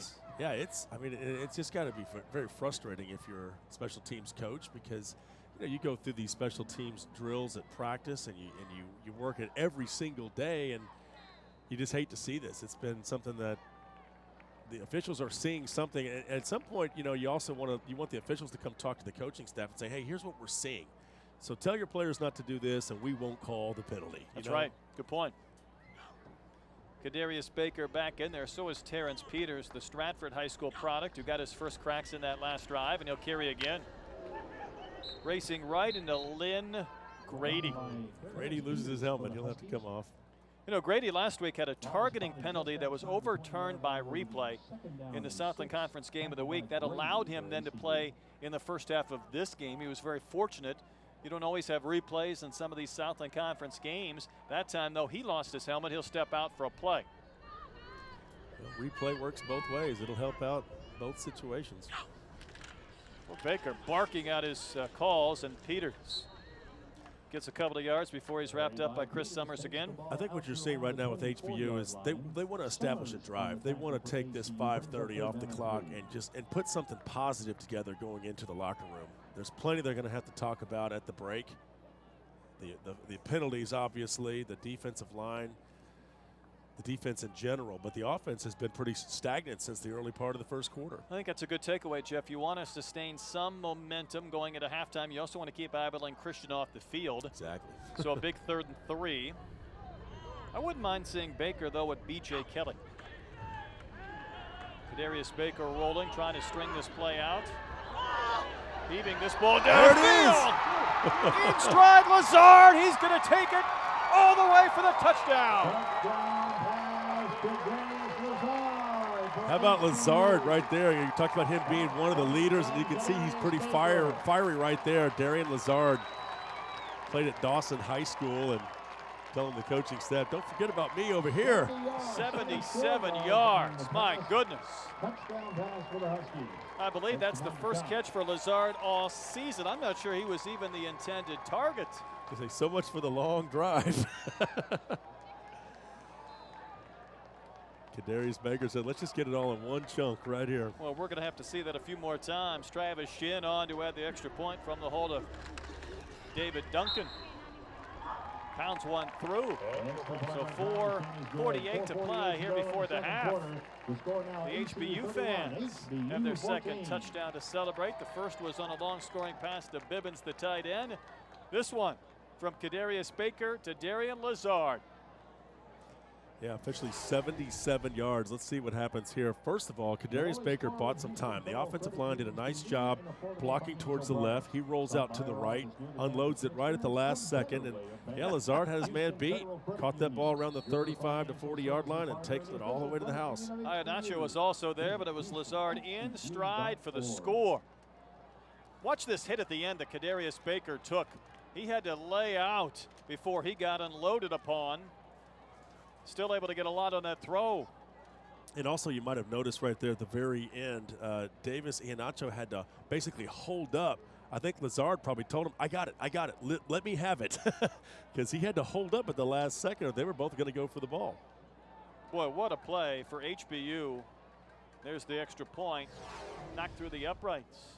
We talked about the importance of HBU generating something, Jeff, and you wanted to see what Kadarius Baker would bring and Darien Lazard, and that duo hooked up on maybe the biggest play, certainly tonight, in a long time for HBU. Well, who knows? That could be the spark that HBU needs to get back in this game. They've been looking for a little turnover here on the defensive side. They're back in it. Travis Shin's kickoff may go out of bounds. That would have been a penalty. Instead, it was picked up by Parker. He'll plow forward. You can't have a penalty on a return of about 5 yards, can you?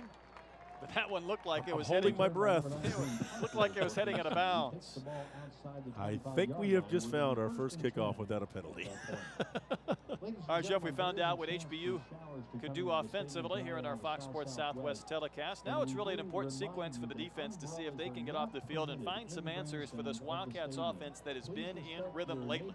Sure, 4:42 left. You want a 3 and out.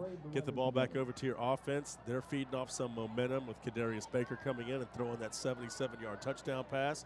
But if you're that defensive front right there, those 4 guys, that's the key. I mean, we talked about it in our pregame show. They need to win that battle up front, especially at the defensive line position. And it's up to these guys to find a way to get a little more pressure on the quarterback. McKenzie has been able to pretty much pick and choose where he wants to throw the football. There has not been a lot of pressure. Injured player on the field. Football quickly. Yeah, that's not a good sign. Terrell Brown, one of the starting linebackers, the second leading tackler on this team, being helped all the way across the football field. And Jeff, I was just speaking earlier about the fact that with HBU, you got to have a lot of starters on special teams, and you risk then, of course, injuries to some of your starters, including Brown. Yeah, that looks like a blow there. Kind of looked like he was favoring his right ankle as he comes off pretty slowly. And they'll have to find a replacement for him. And really, like you said, that's like twofold. You know, you lose a starter on the defensive side, a good special teams player. He seems to be picking up his step as he walks off here. Good crowd on hand here at Houston Baptist over at Husky Stadium at Dunham Field. Glad to have you along on this one. HBU with the touchdown to cut the lead to 31-14.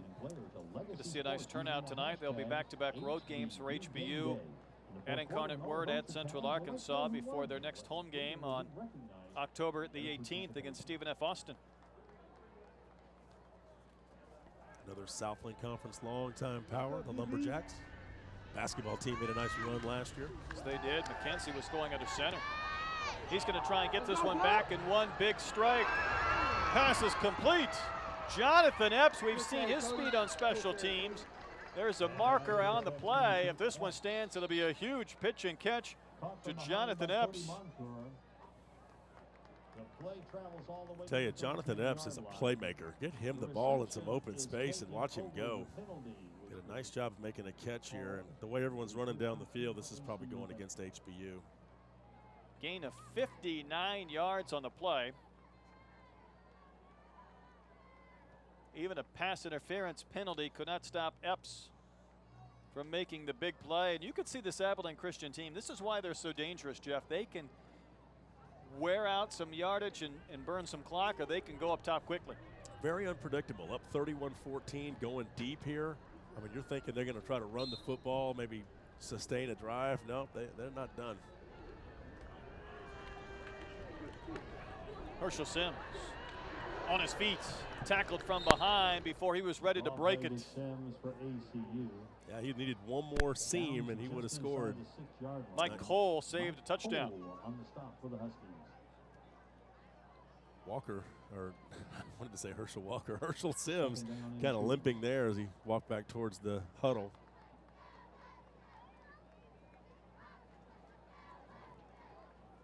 Getting ready for some halftime festivities here. 2nd and 2. McKenzie's gone under center a few plays in this drive. Sims trying to burrow for a few more yards. Sims inside the 5-yard line. Yeah, Sims has had a big first half, a couple of touchdowns on short runs, had the big 60-plus yard rush, and you know he's feeling pretty good here. Really, if you think about it, Ball is spotted he could be a difference maker for Abilene Christian University, a player who's had some off-the-field problems but has gotten them worked out. He's kind of been given a second chance here at Abilene Christian University and trying to make the most of his opportunities. Well, you're right. He could be a big impact player. So many receivers that they get involved. You can add him to the mix. Kind of an offset eye here on 1st and goal. The old-fashioned pitch play. Touchdown number 3 for Herschel Sims. Touchdown by Herschel Sims for 4 yards for ACU. Yeah, the game plan, it seemed like, was to get the ball to Sims when they do run it, because for the most part, Abilene Christian has put the ball up in the air, and they've used the pass to set up the run. But look at that, 15 carries, 125 yards, and 3 touchdowns. And the rain is coming down. Not a good sign for HBU's comeback opportunities here, but Abilene Christian's won the game at the line of scrimmage, and they've been able to pass and run throughout. In these last 2 weeks, the Wildcats have missed not having Sims or DeAndre Brown, down to their 3rd string running back last week in that shutout win against Incarnate Word. Nick Grau adds another extra point. A flag down. So we'll see if this is against the Wildcats. Look like it might be on HBU and thus would be declined. A special teams penalty? Come on. Yep, we're going to have to kick again. An illegal formation is being called against ACU's extra point team. With extra point Pretty hard to have a legal formation on an extra point. But line up and kick, right? They do have a few more elements involved in their tries for extras. Right, and they've had to kick a few more extra points tonight, too. They'll back it up 5 yards and see if Grau can knock one through again. Anytime we've seen those camera shots, we've seen the rain falling. Just looking through our window, it doesn't seem to be much of a factor now. But that field might be just a little bit slippery. Yeah, the rain really appears to be coming down when you get up in those lights, and you can see it right there coming down. But it's more of a drizzle out there on the field. These cameras will play tricks on you. And they had a few pounds, I hear. 38-14, Abilene Christian with the lead. 3 minutes to go before the half.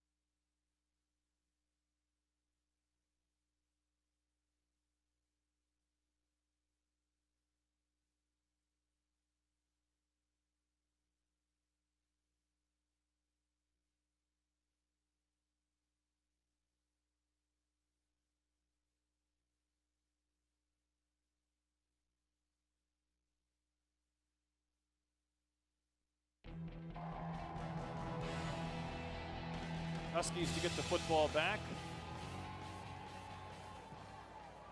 Returnable kick. This time it's Taylor Thompson. Thompson flipped across the 25. Return by Thompson. I think we've got a clean return. 2:54 to play Ball will be placed at here in the first half. line. 1st and 10 for the Huskies. HBU looking to sustain a drive here, eat up the remainder of this clock, and try to score a touchdown. This is a case where HBU would like to find some magic, as they did in that previous drive with Baker hit Lazard for the long touchdown. You really don't want to make a mistake, though. You want to be able to move the football without a turnover of some sort, which might put the Wildcats on the field again. Yeah, and Jonathan Fleming back on the field now, or not now. It's Kadarius Baker. He is with B.J. Kelly, though, so the first time this duo has worked together. Kelly lined up to the left of the quarterback from Navasota. And Baker took almost all the snaps last year for HBU, so not your typical backup quarterback. Kelly tries to locate that hole. That's a pretty good cutback with some acceleration. Tackled from behind at about the 38-yard line. It was Damon Williams from Duncanville. HBU has a stable of running backs, no question about that. They can sprint 3 or 4 out there.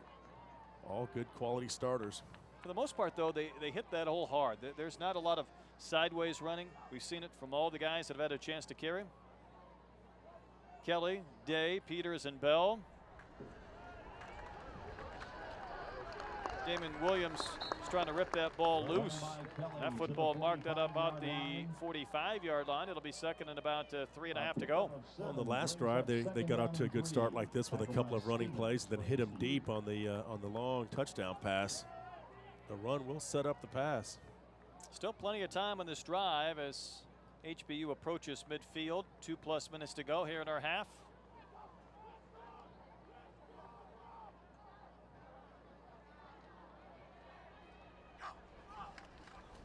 And they'll go to the ground again. B.J. Kelly trying to pick a hole, and then he's near the boundary at about the 49-yard line. Damon Williams has been involved in everything. That's a big man, 340 pounds, trying to race down the running back, B.J. Kelly. Yeah, no need in running right up the middle. That's why you run out to the outside. Use that lightning speed. HBU did a nice job of getting some offensive linemen downfield to make some blocks on that play to pick up the first down. Kelly always seems to pick up those. He'll make the first man miss and pick up an extra few yards. Love the way he runs the football. Letting some time, though, run off the clock here, and Bibbins will flex out from his tight end position. That pass was up for grabs. Landed at the feet of Terry Osborne, the Tyler, Texas corner. Yeah, and Ethan Fry was the intended receiver there. Had a touchdown last week at a Cedar Park, but wasn't really looking for that one. Ball bounced right around his feet. So the clock stopped with 1:17 to play in the half. 2nd and 10. Bibbins was open on that last play here, the tight end on the near side. B.J. Kelly some tough yards as he carries to about the 47 of the Wildcats. We'll be inside a minute before they snap again, unless there's a timeout, and there is a timeout because of an injury for Abilene Christian. Yeah, Might be Justin Stewart, and this is one of their really talented defensive players. And I'm not so sure that wasn't B.J. Kelly who lowered the boom right there. We'll get a chance to take a look at that play here in a minute. 38-14 right now. AC on top. The fans with the parkas on, trying to avoid the rain. Trying to stay dry. And you know when the head coach comes out, you know it's a pretty serious situation. It is Justin Stewart, the San Antonio native. We've called his name several times tonight, the senior. He's a big part of this defense, no question. Ladies and gentlemen, a reminder that it's that time of night, poncho night. Let's see this play again. Watch B.J. Kelly. He runs with that head of steam. He's the one that kind of lowers the boom on him. Yeah, that right shoulder from Kelly. Good news is Stewart walking off under his own power. HBU got a timeout out of the deal with 1:06 to play here in the half. You know, I know you wear pads and all that stuff, but taking those shots up high around that sternum area, that can be a tough blow.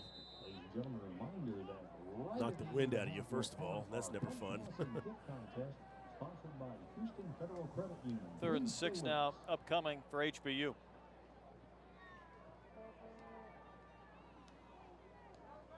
Clock continues to run here, by the way, down to 48 seconds and counting.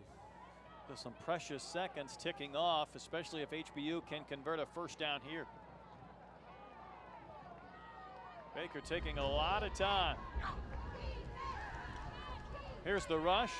Screen pass set up for Larry Day. Day can't get away, and he's dropped shy of the marker. It was Sam Denmark, linebacker from New Mexico. Forced 4th down. I need to call a timeout here as it's 4th down. They need to hurry up, get a play in. See the players asking for it. Looks like timeout will be called with 8 seconds to go in the half. I think they wanted to set up maybe a Hail Mary in one final play, so if they can't convert, they're going to leave little, if any, time left for Abilene Christian. Yeah, the ball's at the 44-yard line. Vic Shealy and company talking things over right now. You know, Vic coached up at Kansas. He was an assistant there for a couple of seasons before he came to HBU, UNLV, Air Force, Richmond, a few of the other stops for Vic Shealy. Earlier this year, it wasn't that long ago, a couple of weeks back, in fact, Jeff, he signed a contract extension, keeping him here through the 2017-2018 season. Yeah, he was the NAIA Coach of the Year back in 1998 and the National Coach of the Year that same year. As we mentioned, stops as a defensive coordinator with Kansas, also the secondary the year before that in 2011 and 2010. I believe that was the Turner Gill days over there. Even had a stop with UNLV in Richmond. You got a chance to see UNLV last week against the University of Houston. Close game at halftime, but it changed. Opened it up pretty much in the second half. Be one final play here. Baker is going to have to get away from Nick Richardson.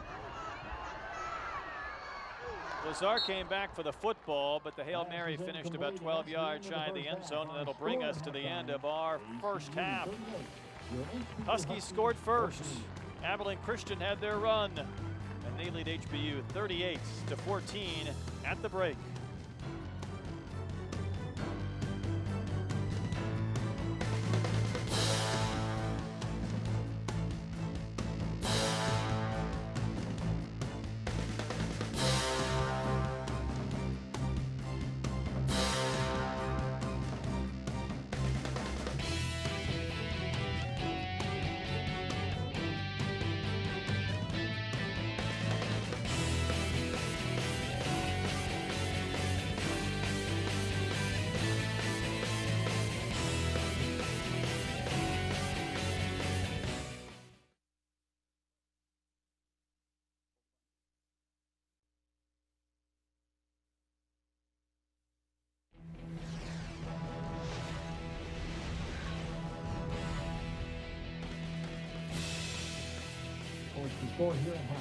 It's a 38-14 lead for Abilene Christian over HBU back here at Husky Stadium, about ready to start third quarter action. Again, I'm Brett Dolan with Jeff Power. And Jeff, really in the first half, the Huskies were able to score first, but Abilene was able to open things up offensively, and they really got it to click. They did. You know, they started with the pass. They were able to move the ball through the air. Then they got Herschel Sims turned loose, 129 yards rushing and 3 touchdowns. More than 400 yards total offense for Abilene Christian, but you're right, it was Sims giving this offense a different dimension with what they can do through the air, and then, of course, what he adds running the football. Yeah, keep this in mind. Herschel Sims, he played at Oklahoma State and Lamar sparingly, but had to sit out basically a year and a half, and this is kind of his coming out party. The 3 touchdown performance. People in Abilene have seen this before at the high school level, but good to see him having a good performance here so far.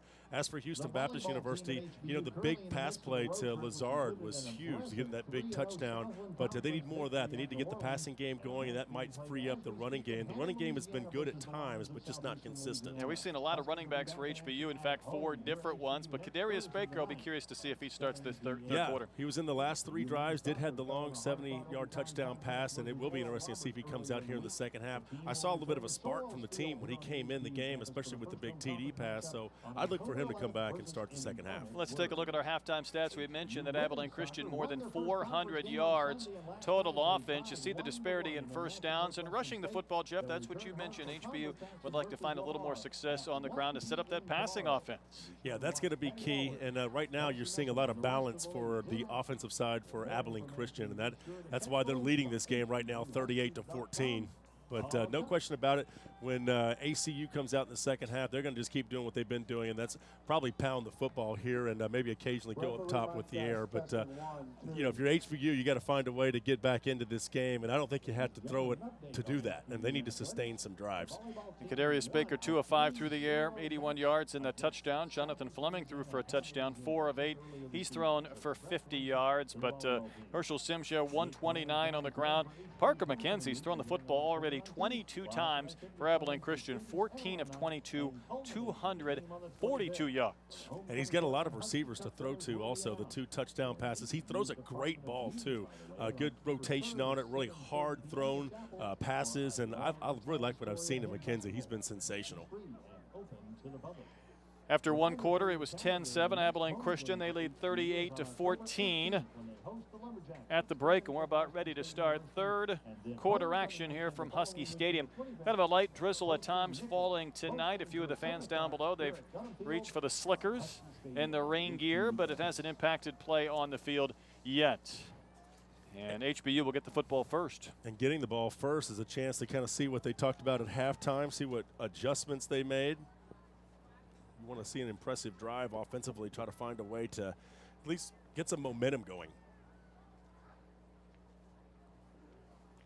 I think you mentioned that the rain has kind of pretty much ceased. It looks like it has, so that may free up the passing game a little bit more. HBU sees the ball to open the second half to play. First ever home Southland Conference game here at Husky Stadium. And the Huskies will get the ball to start this third quarter. Grau's kick comes down at about the 3-yard line, fielded by Taylor Thompson. Ran into a wall. Did he lose the football? Wildcats say they have it. And it looks like they do. Fumble recovery taken over by Abilene Christian. And it's Sam Denmark, the linebacker, had 2 big picks last week, that comes up with a football on the fumble recovery. Yeah, Sam Denmark out of Las Cruces High School in New Mexico.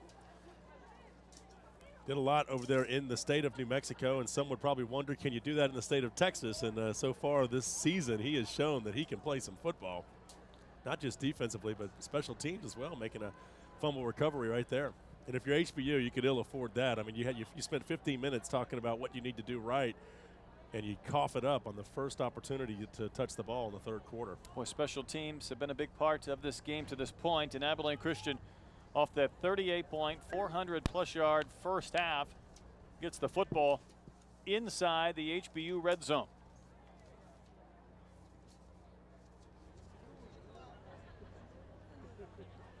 Looks like the officials kind of getting the ball marked. Everybody's set to go here, and we're ready to go here in the third quarter. So Herschel Sims lines up to the right of Parker McKenzie. Again, he ran for 3 touchdowns, 129 yards in that first half. Don't be surprised to see him carry again. McKenzie will go up top. One play to number 1 for a touchdown to Cade Stone. Second receiving touchdown of the game for the junior from North Richland Hills, Texas. That play for some reason has been tough to stop for HBU tonight. They've had some. Cade Stone's made that play look pretty easy a couple of times across the middle for the touchdown. I think they dropped one earlier, sort of similar, but that's been a proven play for the Wildcats. Well, he gets that inside position on the defensive back. McKenzie hit him in stride. Nick Grau adds another extra point. Not even 15 seconds into our second half. It's now a 30-point lead for Abilene Christian. Let's watch this play again.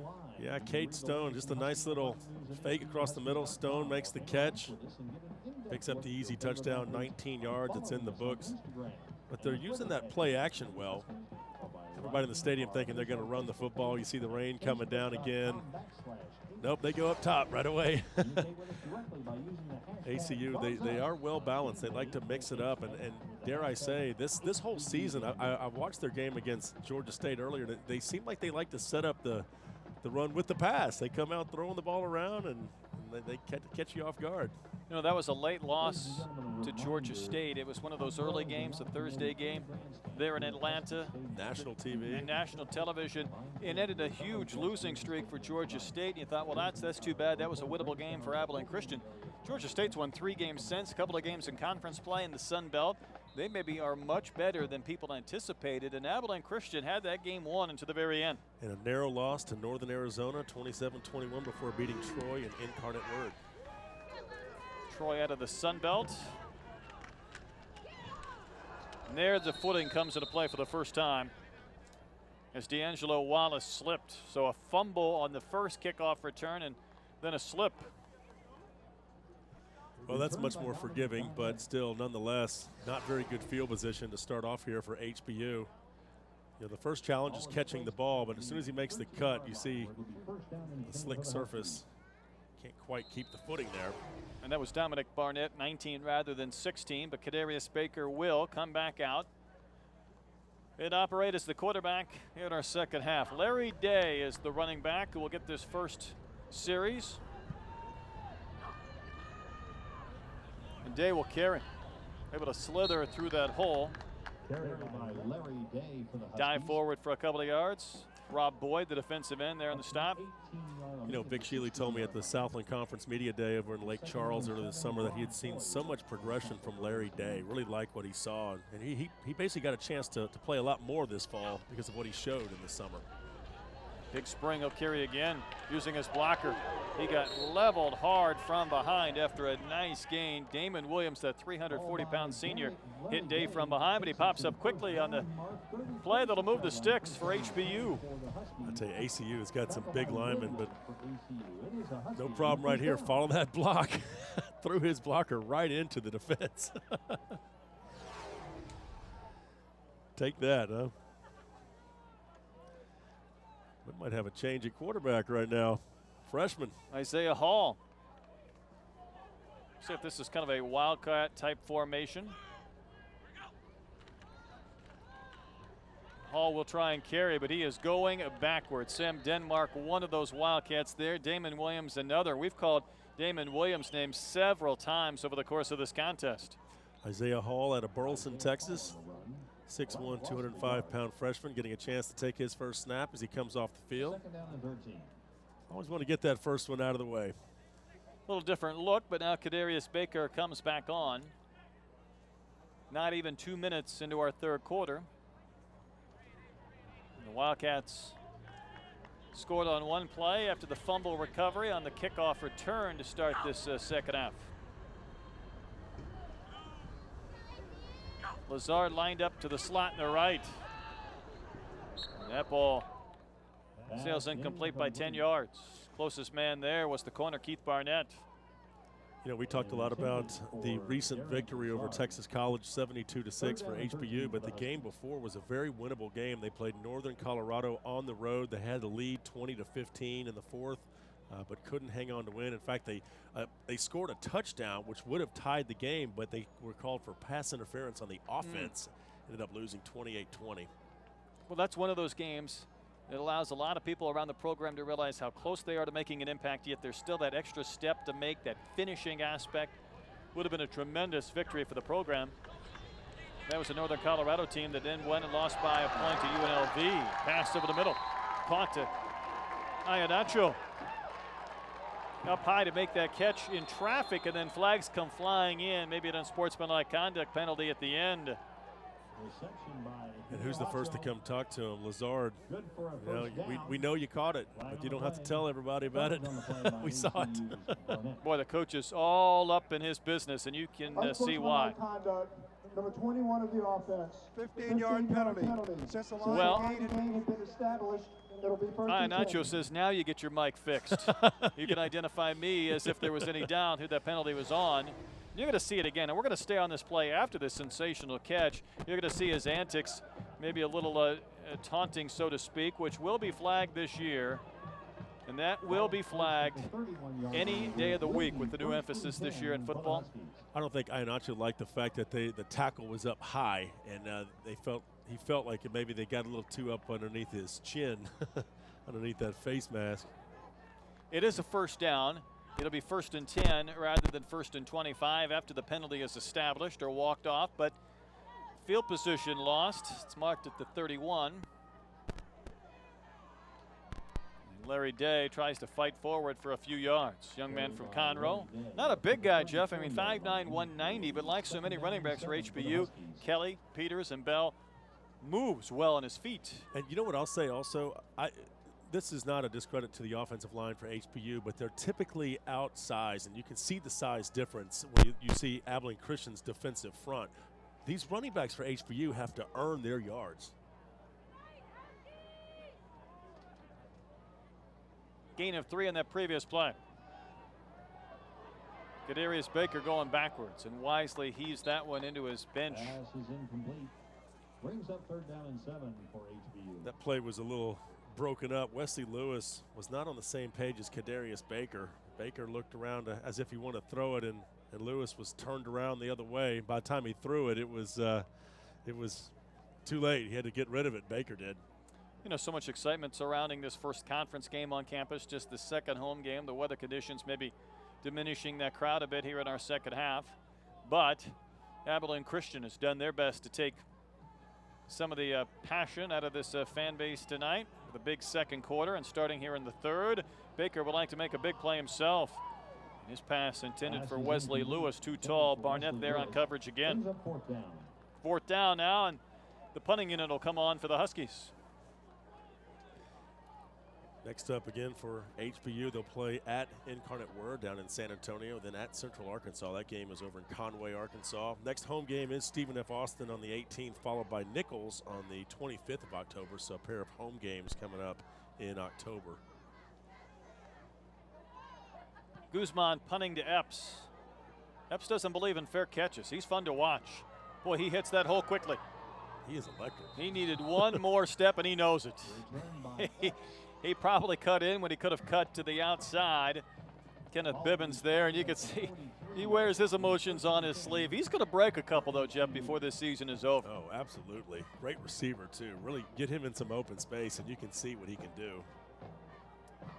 You know, we've seen him on the field as a wide receiver, but there's a lot of coaches, and really probably would go for any team around the country. You tell some guys that maybe aren't getting as much playing time as they would like, you want to make an impact, I've got an opportunity for you. It's called special teams, covering kicks, covering punts for Epps. It is a chance to return punts. He's had some big returns. You see the football there marked at the 42-yard line. And I've always said that, you know, a good running back, for example, will find a way to shed that first tackle or find a block and use it to his advantage. And you see that with a good return man as well, that ability to make that first man miss, maybe make a second man miss, break to the outside and show your speed. But what they all have in common, they run fast. They get to the hole as quick as they possibly can. One thing I like about Epps, he goes vertically rather than horizontally. His HBU defense tested. They had a couple of stops right out of the gates. But it was a 28-point second quarter for Abilene Christian that allowed the visitors to distance themselves a bit on the sideline. And speaking of the sidelines, well, you got to get the slickers out. Keep the young ladies from melting. Come on, ladies, it's not raining that hard. Come on now. You know, Cade Stone has gone over 100 yards receiving for Abilene Christian. That's his first career 100-yard game. He's been electric across the middle of the field, making some big plays. They've done their film study. They're finding some holes in the secondary for that HBU secondary, and they've been able to exploit it. And up 45-14, they love to still throw it around. That's right. Like many of these up-tempo passing teams, they're not going to call off the dog, so to speak, if they get a big lead.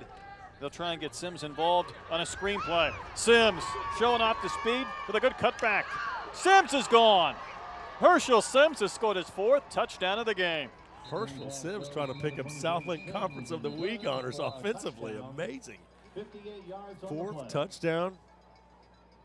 We talked about the moves and the footwork from the HBU running backs. Herschel Sims showed off 2 or 3 fantastic moves to give himself some space where his speed could take over. He got about 20 yards away from the end zone, and he just turned it loose. Uh-oh. Might be after. During the run, personal foul, number 75 of the offense. Hitting a Hitting player a player out of the play. 15-yard penalty from the spot of the play. First down. Well, touchdown comes off the board. Chance Rican, Penalty negates the touchdown. a freshman left guard, hitting a man out of the play. So I don't know if that meant someone's helmet came off and he continued to block. Nullified a great highlight, I Boy, can tell sure you did. that. The burst of speed, though, with Sims, I mean, 25 yards away from the end zone, that was a new gear. I mean, he was determined to score a touchdown there. Better tackle him when you have a shot. So Parker McKenzie lost a touchdown pass, and that one too tall. Would have been a nice completion near the 20, intended for Thompson. You know, most people have Abilene Christian kind of the middle to the lower part of the Southland Conference as far as predictions going into the season on where they would finish. But I'm just telling you right now, from what I've seen from this team after now 4.5 games, they can play in the Southland Conference. No, I would agree. 6-5 last year, a couple of close losses this season, and as we discussed in the open, they could be 3-1. You could make an argument they could be 4-0. Now they have a chance really start to do some damage as Cedric Gilbert is targeted. He caught a touchdown for the first way back in that first quarter for the Wildcats. Pass to Gilbert. And they have a schedule that's set up nicely. They've had, it's been tough game, maybe not so tough, and then on down the line. Now they're playing Lamar next week, and then they've got a non-conference game, and then it's McNeese. So they'll have a tough game in McNeese State October 18th. But they're showing me a lot tonight. Herschel Sims, just a basic flip. He is shoved out of bounds hard by Terrell Brown. A good sign to see Brown back on the field. He was helped off earlier. Trainers assisted into the sideline, but he's back and making plays again. Yeah, that's good to see. And right now you see Kadarius Baker on the sidelines there kind of talking with his teammates. You know, it's not about the scoreboard right now. You're trying to work on some fundamentals, work on some things, make sure everyone's on the same page with the plays, try to establish some momentum, some good drives. Experience. 4th and 6. Garrett Dolan showing blitz, and there was a marker and apparently movement by the Wildcats. So now we'll see if they go ahead and punt. False start offense. Number 80. 5-yard penalty. Repeat. It's on the wide receiver, Monty Green Avery. So the word's out. The microphone is fixed. Let's cool off on the penalties. Guilty will be identified. That's one way to calm the penalties down. Turn the mic on.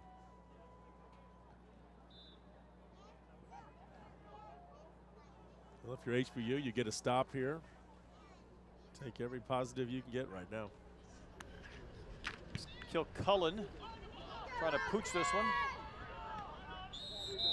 It'll be caught at about the 10-yard line by Lazarine. At the 10-yard line, where HBU will, you know, Abilene Christian, they didn't get a chance to play Herschel Sims, another running back last year, and their head coach kind of talked about that last week, just going into this matchup, not having those two guys and what a difference it was. We'll get a chance to hear from the head coach here in just a moment about what an impact it is having these star-studded running backs out there on the field. I think you want impact players, and Herschel Sims qualifies as one of those. Yeah, well, we've got a timeout on the field, so let's go ahead and listen in. This is the head coach from Abilene Christian University talking about his running backs, and hear what he had to say right here. When you're down your top 2 running backs, it puts a lot more pressure on your other guys, and you know, they're tested more. Good running back is a quarterback's best friend. So his 2 best friends are out, so he's got to find new friends and figure out how to make plays. But the bottom line is he played clean for the most part, protected the football. For the most part, everybody else stepped up. And as you can see, Parker McKenzie was able to kind of take advantage of the situation. And normally if you don't have those running backs by your side to help you out, it would be tough. But Parker really did the job in that win over Incarnate Word, 21-0. Well, like Ken Collins, as a football coach, you can be a technical guy in X's and O's, so you can simplify things. And He related that story well. Best friend for a quarterback is a running back, and he was without his two best friends, so he had to make some new ones. It's good to have the old buddy, Herschel Sims, his good friend, back. Well, they've got plenty of receivers. There's no question about that. Huskies have had 2 touchdown passes tonight, one a long one from Kadarius Baker. He's back out there calling signals with B.J. Kelly lined up to his left. Inside 11 minutes to play here in our third.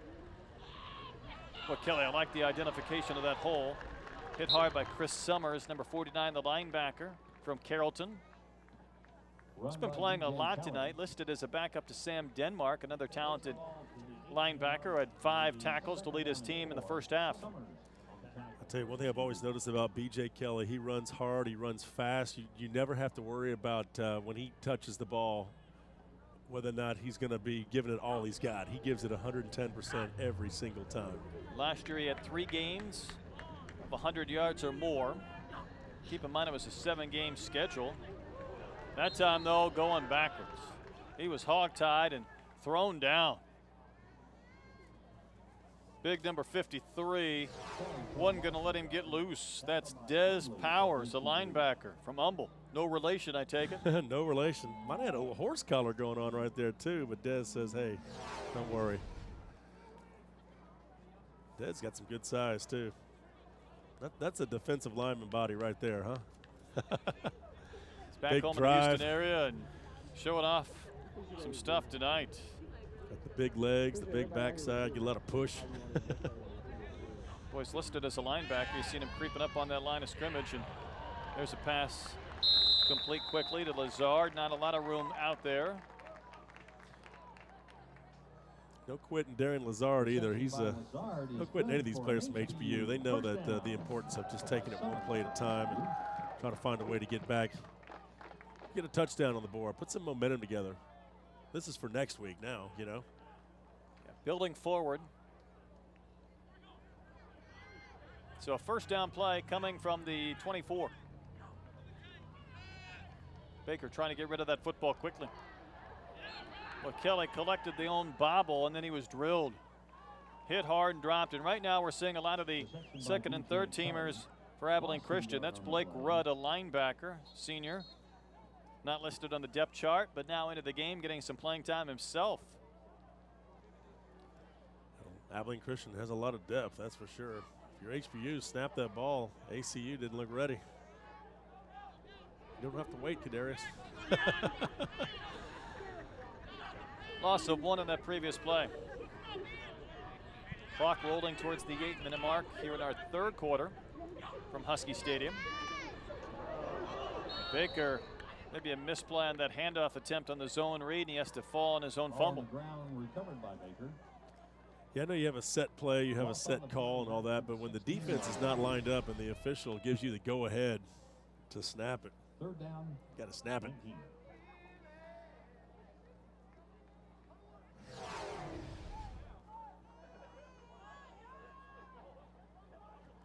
So HBU's got a good-looking uniform. I'll give them that right now. Yes, they do. Good look. What's not good is facing a 3rd and 19.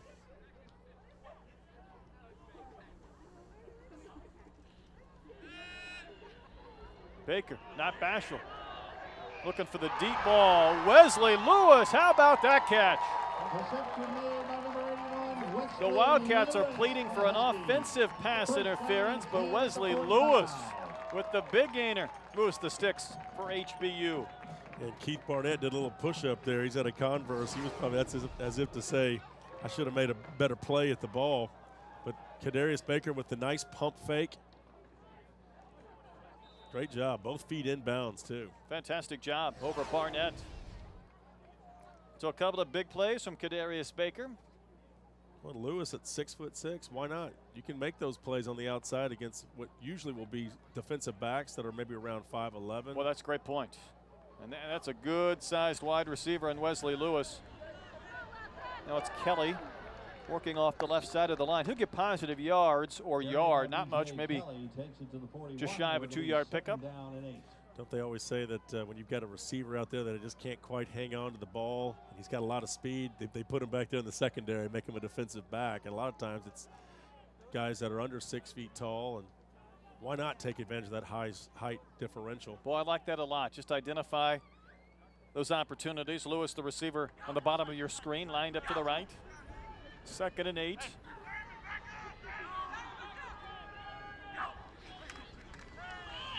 Well, one man I've not seen today, Jeff, and this will come after a nice running play of another 6 or 7 yards from Kelly, is Tyler Chapa. He is a big play corner return guy. You know, one of the starting corners at least listed on their depth chart, number 29. I've not seen him in this game. I think he took a shot maybe at the end of the Incarnate Word game last week. 3rd and 2. They'll go to the air. And that football was fumbled. In and out of the hands of Lazard, and the Wildcats say they have it. I'm not sure Lazard had it for a long time, but apparently enough. 2nd fumble of the 2nd half by HBU. And that football comes up in the hands of Quentin Baker for the Wildcats. Yeah, and had he come up with that ball on the ground, it would have been enough for a 1st down. Great quick pass, good play. Lazard just had that ball knocked away. And he had beat the man, too, who was already looking downfield to see where the 1st down marker was, and that ball got knocked out. Well, that's tough when you're seeing some progress on offense, then to give the football up. Yeah, Quentin Baker out of Manor, Texas. Manor High School's had a lot of good players through the years, just east of Austin.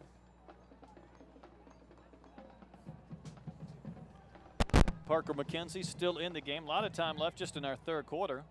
He'll go up top again. Caught his own pass. It was deflected right back to him. Parker McKenzie off to the races. You know, in the 1st quarter, early in the game, those are the kind of bounces that HBU was getting, and now it seems like ACU is catching those breaks. I think Tyler Hilaire hit that ball, swatted it back towards McKenzie. Now, he can run with the football. He just can't pass again. Heads up play for him just to take off and not collect and maybe look to toss it away or throw it away. He's already thrown one pass. Got to tuck it after that. So he completes a pass to himself, a rare distinction in football. Now he's going to keep and run. He's able to beat Hilaire, and he'll run forward for another 7 or 8 yards across midfield into HBU territory, nearing the 5.5-minute mark, 3rd quarter. Yeah, Parker McKenzie out of Canyon Lake, played at Smithson Valley High School, 5'11", 185 pounds, has great speed, good velocity on the ball. Passed up by a lot of colleges across the state and really making the most of his opportunities here at ACU. 1st year to start. And he's coming out partying that 1st week against Georgia State. Had a really good game on national TV. Randy Gober is now in as the tailback. He was the man who got a lot of carries last week, including a touchdown when these other running backs have been injured. So Gober will carry. He's dropped. Quickly hit by Trey Gardner, San Antonio native, Roosevelt High School with the tackle. Trey Gardner for the HBU Huskies to create a 3rd down and 2. Trey Gardner back up, getting a chance to show what he can do. Has some good size as well, good speed for a big man.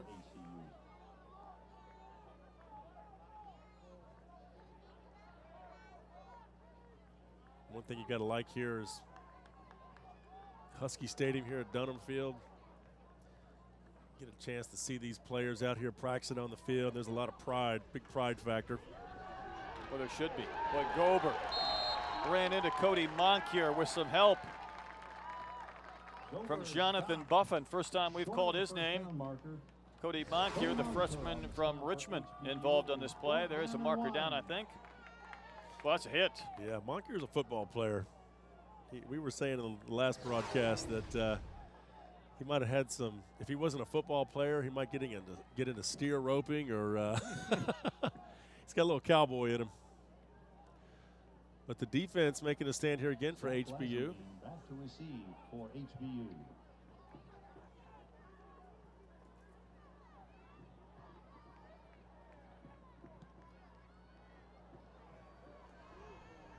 It's a high punt that'll be caught inside the 20-yard line at the toe of Kilcullen. We'll step aside, 3:38 to play here in our 3rd quarter. Abilene Christian leading 45-14.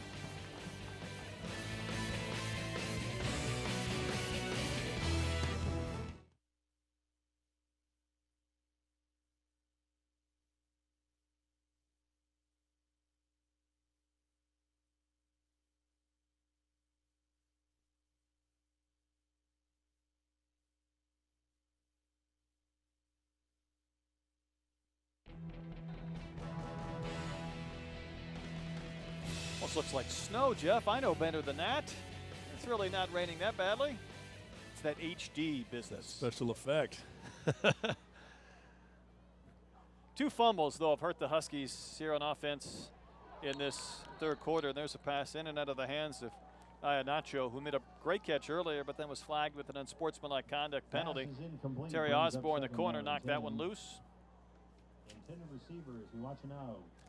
A lot of the starters still on the field for both sides. I think if you're HBU, you're still thinking we want to see some consistency out of these guys. Good point. Consistency, progress. Some positives.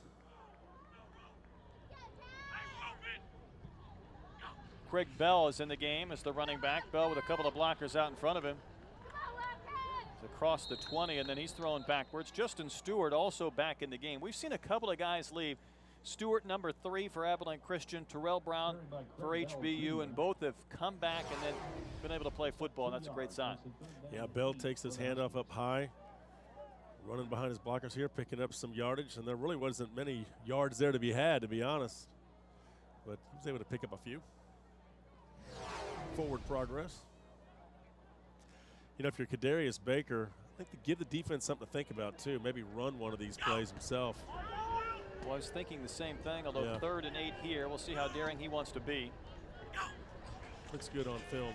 He's not afraid of the deep ball. Put that one up in the air, and pass complete to Quandre Wilson. He's right at the sticks, as you see. The freshman from Manville makes his 2nd catch of the year. Well, you want to take what the defense will give you, and ACU's kind of giving them that short pass with a 45-14 lead. But, yeah, the rain's starting to come down pretty hard now. Just a little cleansing.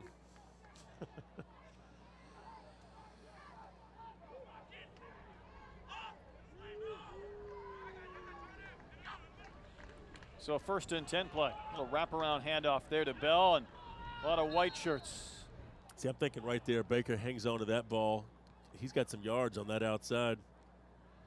The object in that type of play is you're reading that defensive end and what he's doing. And that's going to give you the option to either hang on to it and run the ball. And then you can also even pass out of that play. All depends on what that defensive end does. And ACU not quite set.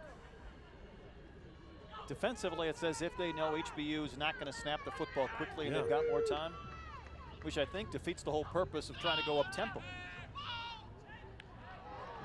Oh, no, maybe the slippery conditions coming into play. Wilson was all alone and just could not hold on. Kind of pointed at his eyes there. Maybe he lost that one in the lights. Rain a factor now. It's coming down pretty hard. You know, Wilson, an interesting story. He was the #1 wide receiver in the Dallas-Fort Worth area in Arlington, huge numbers. He finished at Manville and a much more quieter stay there from a prolific offensive standpoint, but getting some playing time late in the 3rd quarter. But now it's a 3rd and 11. Manville with one of the best high school football teams in the state this year. Well, they sent him to the D1 level. Baker is going to have to run because he couldn't handle that snap cleanly, and he'll be dropped at about the 35, well shy of the marker by 5 or 6 yards, and it'll be 4th down. Well, the thing about Baker, he does kind of bring you a different element, the ability to kind of tuck it and run. He'll run out of that zone read style play a few times and keeps defenses guessing. That extra element of having a quarterback that's a little more mobile is huge. We saw Fleming limp off in the first half. He came back out for the next series or so, and there was a guy that started at Abilene Christian, played for Ken Collins. You know, he wanted to have some playing time. That punt was partially deflected and blocked.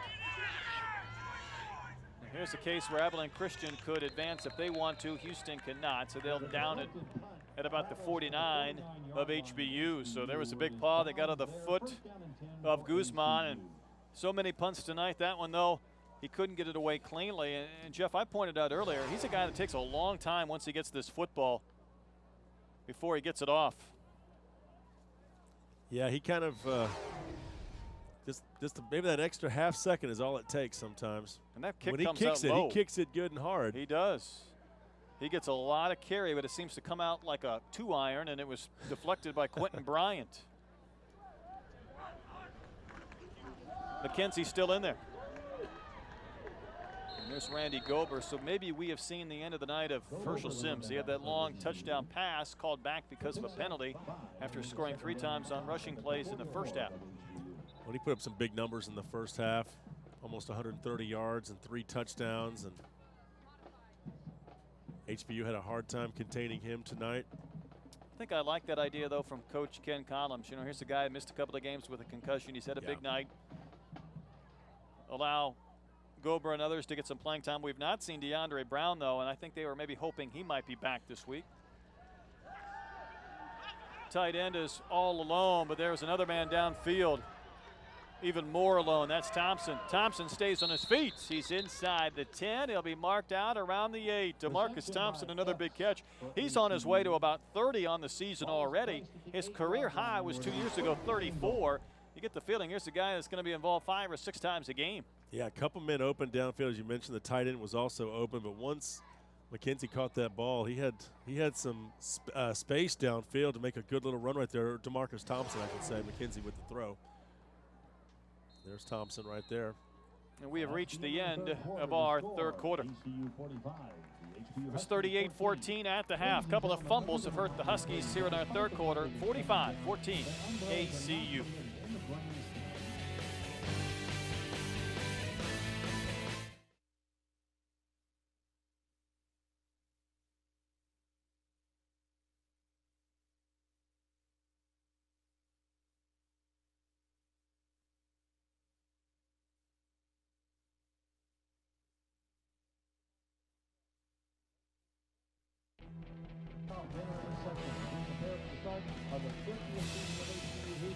Weather almost looks frightful.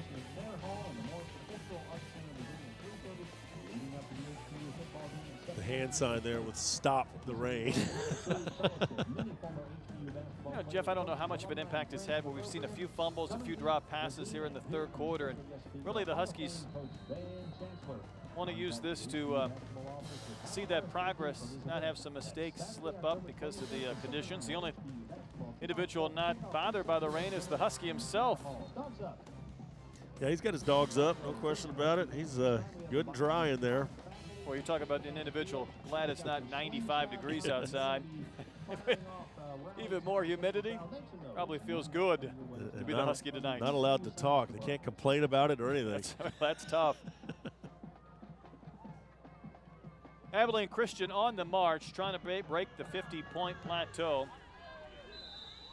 They scored in the very first play of the third quarter. They have a chance to score in the very first play here in our fourth. And they're going to look to the end zone. That one knocked away. Good defensive play. A lot of Huskies were involved in coverage, including Cody Moncure. Pass was intended for Jamie Walker, the backup tight end. Taylor Thompson also got a hand in there, the 5'11", 175-pound freshman from Belleville. Just to pass into a lot of traffic, isn't it? Yeah, got that hand in there at the last second. Abilene Christian at 545 yards total offense. Last year in this matchup, they had nearly 600. Definite movement there on ACU. Might have been the center. Logan Hoppenrath. Illegal snap, offense, number 78, 5-yard penalty. Well, I guess an illegal snap could only be on the center, but Hoppenworth, Jeff, this is a bigger guy you're going to see for a center, 6'4", 315 pounds. Yeah, normally the center is not that tall. Or big. Or big, for that matter. But he's got to balance out that whole line. Everybody up there is big. Jonathan Parker lined up to the right of McKenzie. Throwing towards the pylon. It is complete, and that's an Abilene Christian touchdown. That was a good-looking play right there for the Wildcats. Nicely run, well executed. McKenzie timed that out perfectly with a nice pass. His receiver, the ability to come back to the ball quickly. Cedric Gilbert, his second touchdown. Keep in mind, he scored a touchdown in every game this season. 6 touchdowns in 5 games. And Parker McKenzie located him again.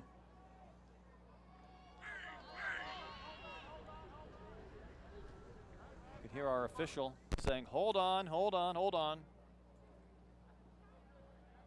Play not ready for They've got 11 players out there on the offense.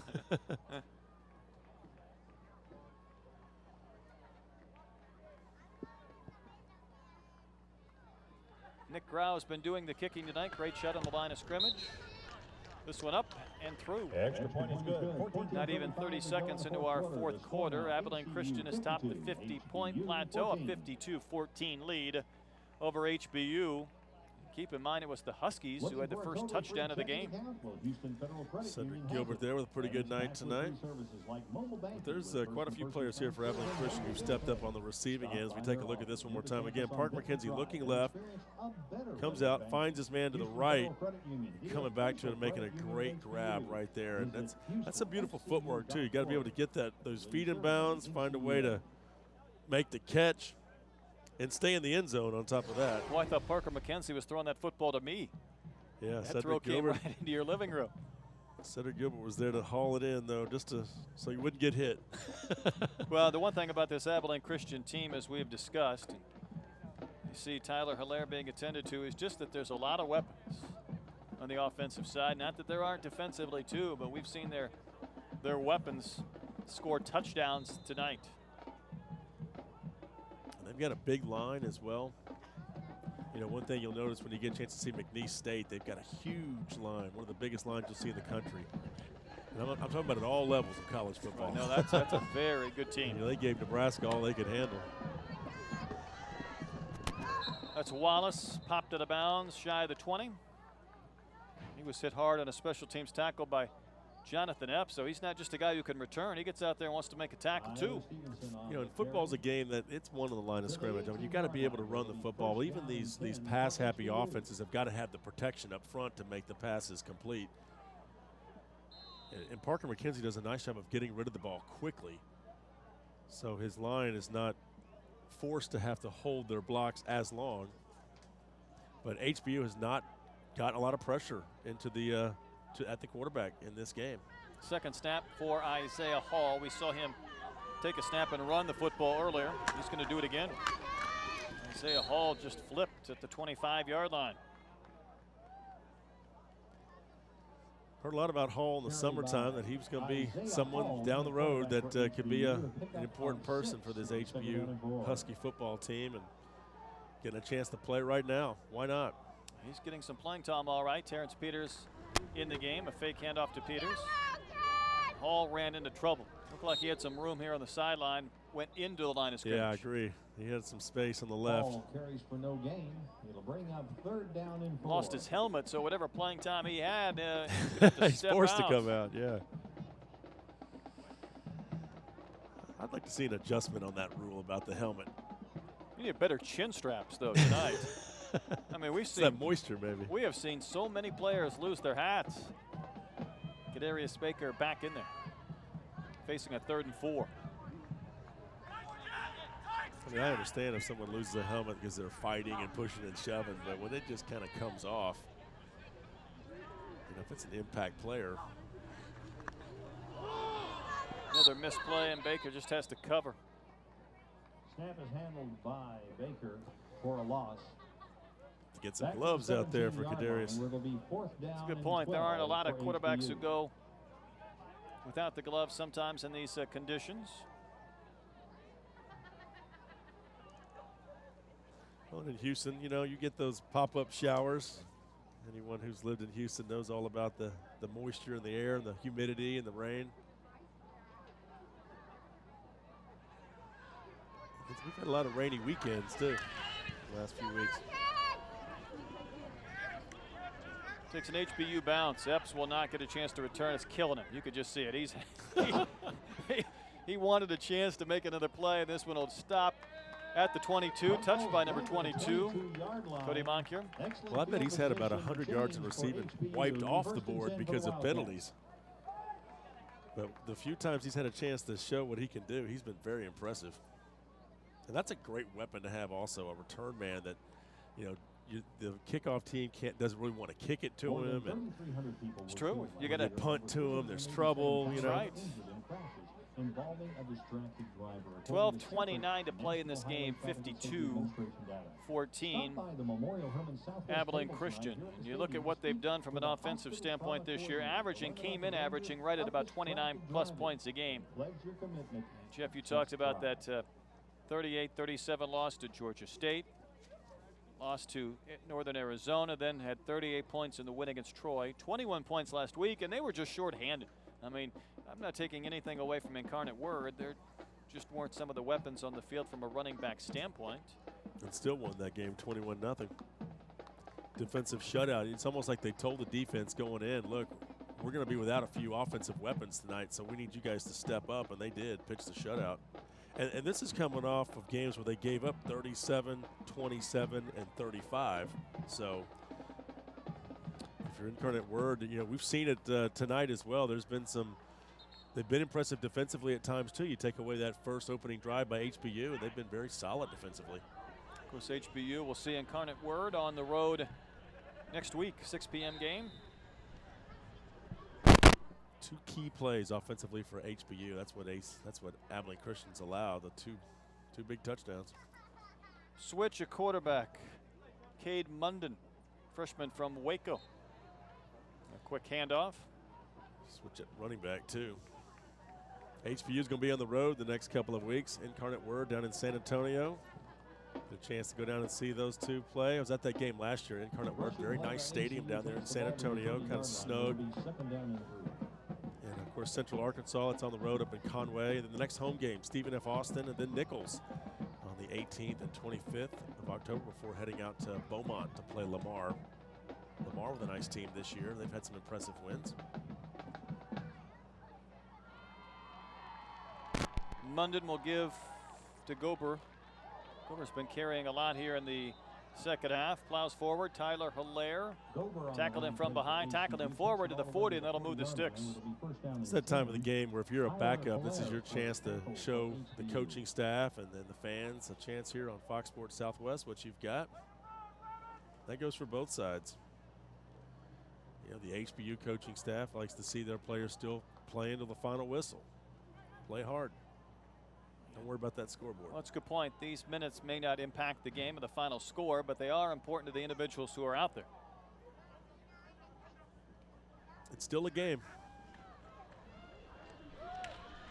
Gober trying to work the left side of the line. Garrett Dolan got him around the feet. Monkier came in late to wrap up, finish the play. Gober on the carry takes the ball to around the 45-yard line. Make it the 43, excuse me. It'll be Abilene Christian, they're going to take on Lamar next week, and that'll be a good matchup of two teams, kind of the new teams, if you will, in the Southland Conference. Lamar's been there for a few years, but this is a team that didn't play football for about a decade and got back in, and they've made a nice rise to the top over the last 4 or 5 years.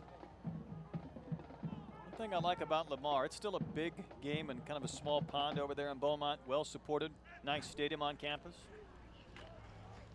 Munden, who wasn't listed as the second team quarterback, has been getting some snaps, wrapped up by Dolan again. Dallas Seeley is listed as the backup. Cade Munden, a freshman, getting plenty of playing time here in the fourth. You see some of the water coming down off his arms after he was tackled to the turf. Did move the sticks again. For the Huskies. It's a good-sized crown out here on the field. It does drain well. I was out here one day where it rained pretty hard. By the afternoon, that water was completely off. It's almost a necessity in this climate. Abilene Christian on the HBU side of the 50. Noah Cheshire. Fullback races forward. Did he get the first down? It looks like he will. He's marked inside the 38. That'll be another fresh set of downs for the Wildcats. And that's good enough for an ACU first down. Well, Sims had such a big impact in the first half, and right now you're trying to see some other guys kind of step up if you're ACU, see who some of your other players are, and especially with conference play now in full effect. 6 of their next 7 games will be against conference foes, ACU.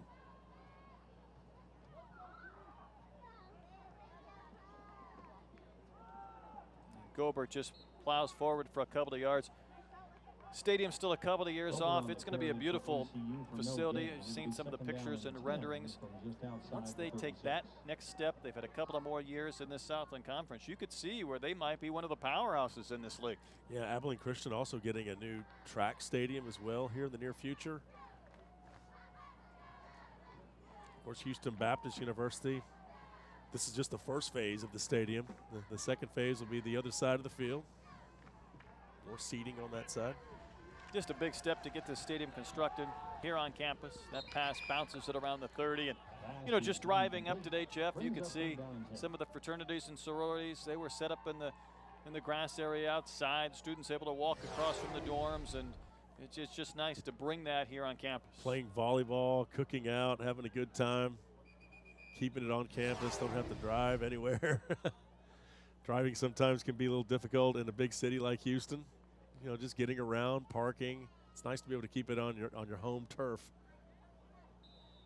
Vic Shealy, the architect, got that contract extension before the year. And everybody had to be thrilled last year. I know you don't count the games, but obviously you play, you keep score. They were 3-4 in that 7-game developmental season.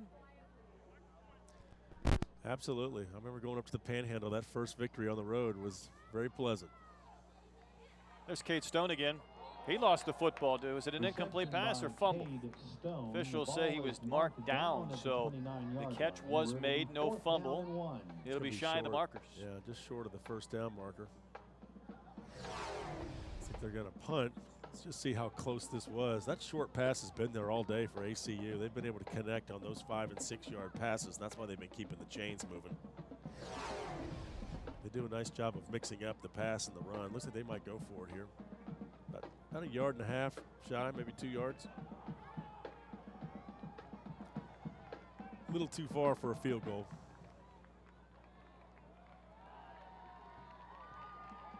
So Gober will carry. He's got the first down, stays on his feet. He's inside the 20. Carried by Gober on 4th and 2. Carries it down to the 20-yard line where it's a 1st and 10 for ACU. Let's take a look at this play one more time. The hole develops right here on the right side. Great surge and the nice little cutback. As a back, you have to see that hole and get to as quick as you can, because HBU started to plug it up, but he was able to pick up that first down with that extra cut to the right. You know, the line's job is to produce that hole, and the running back's got to do the rest. You got to get there quickly. Doesn't stay open for long. Gober scored last week, but the Huskies defense do their best to throw him backwards. Carried by Gober, takes the ball to the 16. Seeing some additional players in the game for HBU. Josh Irwin, a safety from Alvin. One of the players involved in that tackle.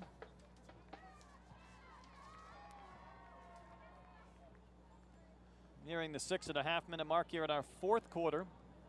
It was 10-7 Abilene Christian after 1 quarter. It was 38-14 Wildcats at the half.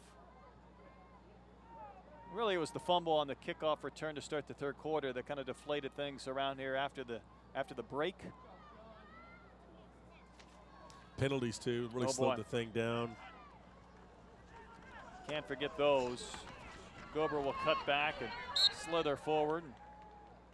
He's dropped by Kafu Tua. 11-yard line, make it the 12. It is still 3rd down. It's going to be short, 3rd and call it 2, as we'll be inside 6 minutes to go in this game before the Wildcats snap again. Vic Shealy, 3rd year officially, first official season here at HBU. Went to Richmond and picked up a lot of awards when he was at Azusa Pacific. From 95 to 98, that 98 season was special, 12-2 in that year. Let's see his defense finish strong here and keep Abilene Christian off the board. Gober running a basic play, but he stays on his feet. He will walk into the end zone for the touchdown. 58 points on the board for Abilene Christian. Touchdown carry of 12 yards. 12-yard touchdown run for Randy Gober, his 2nd score of the season. Gober kind of has that same build as Herschel Sims, doesn't he? He sure does.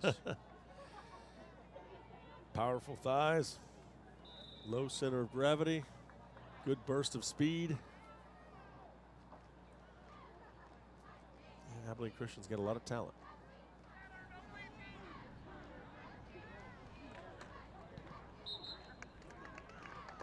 This one powered right through. Extra point is good. 5:30 to go. The score. Abilene Christian 59. 59-14 Abilene Christian. Scores from games tonight involving Texas and South.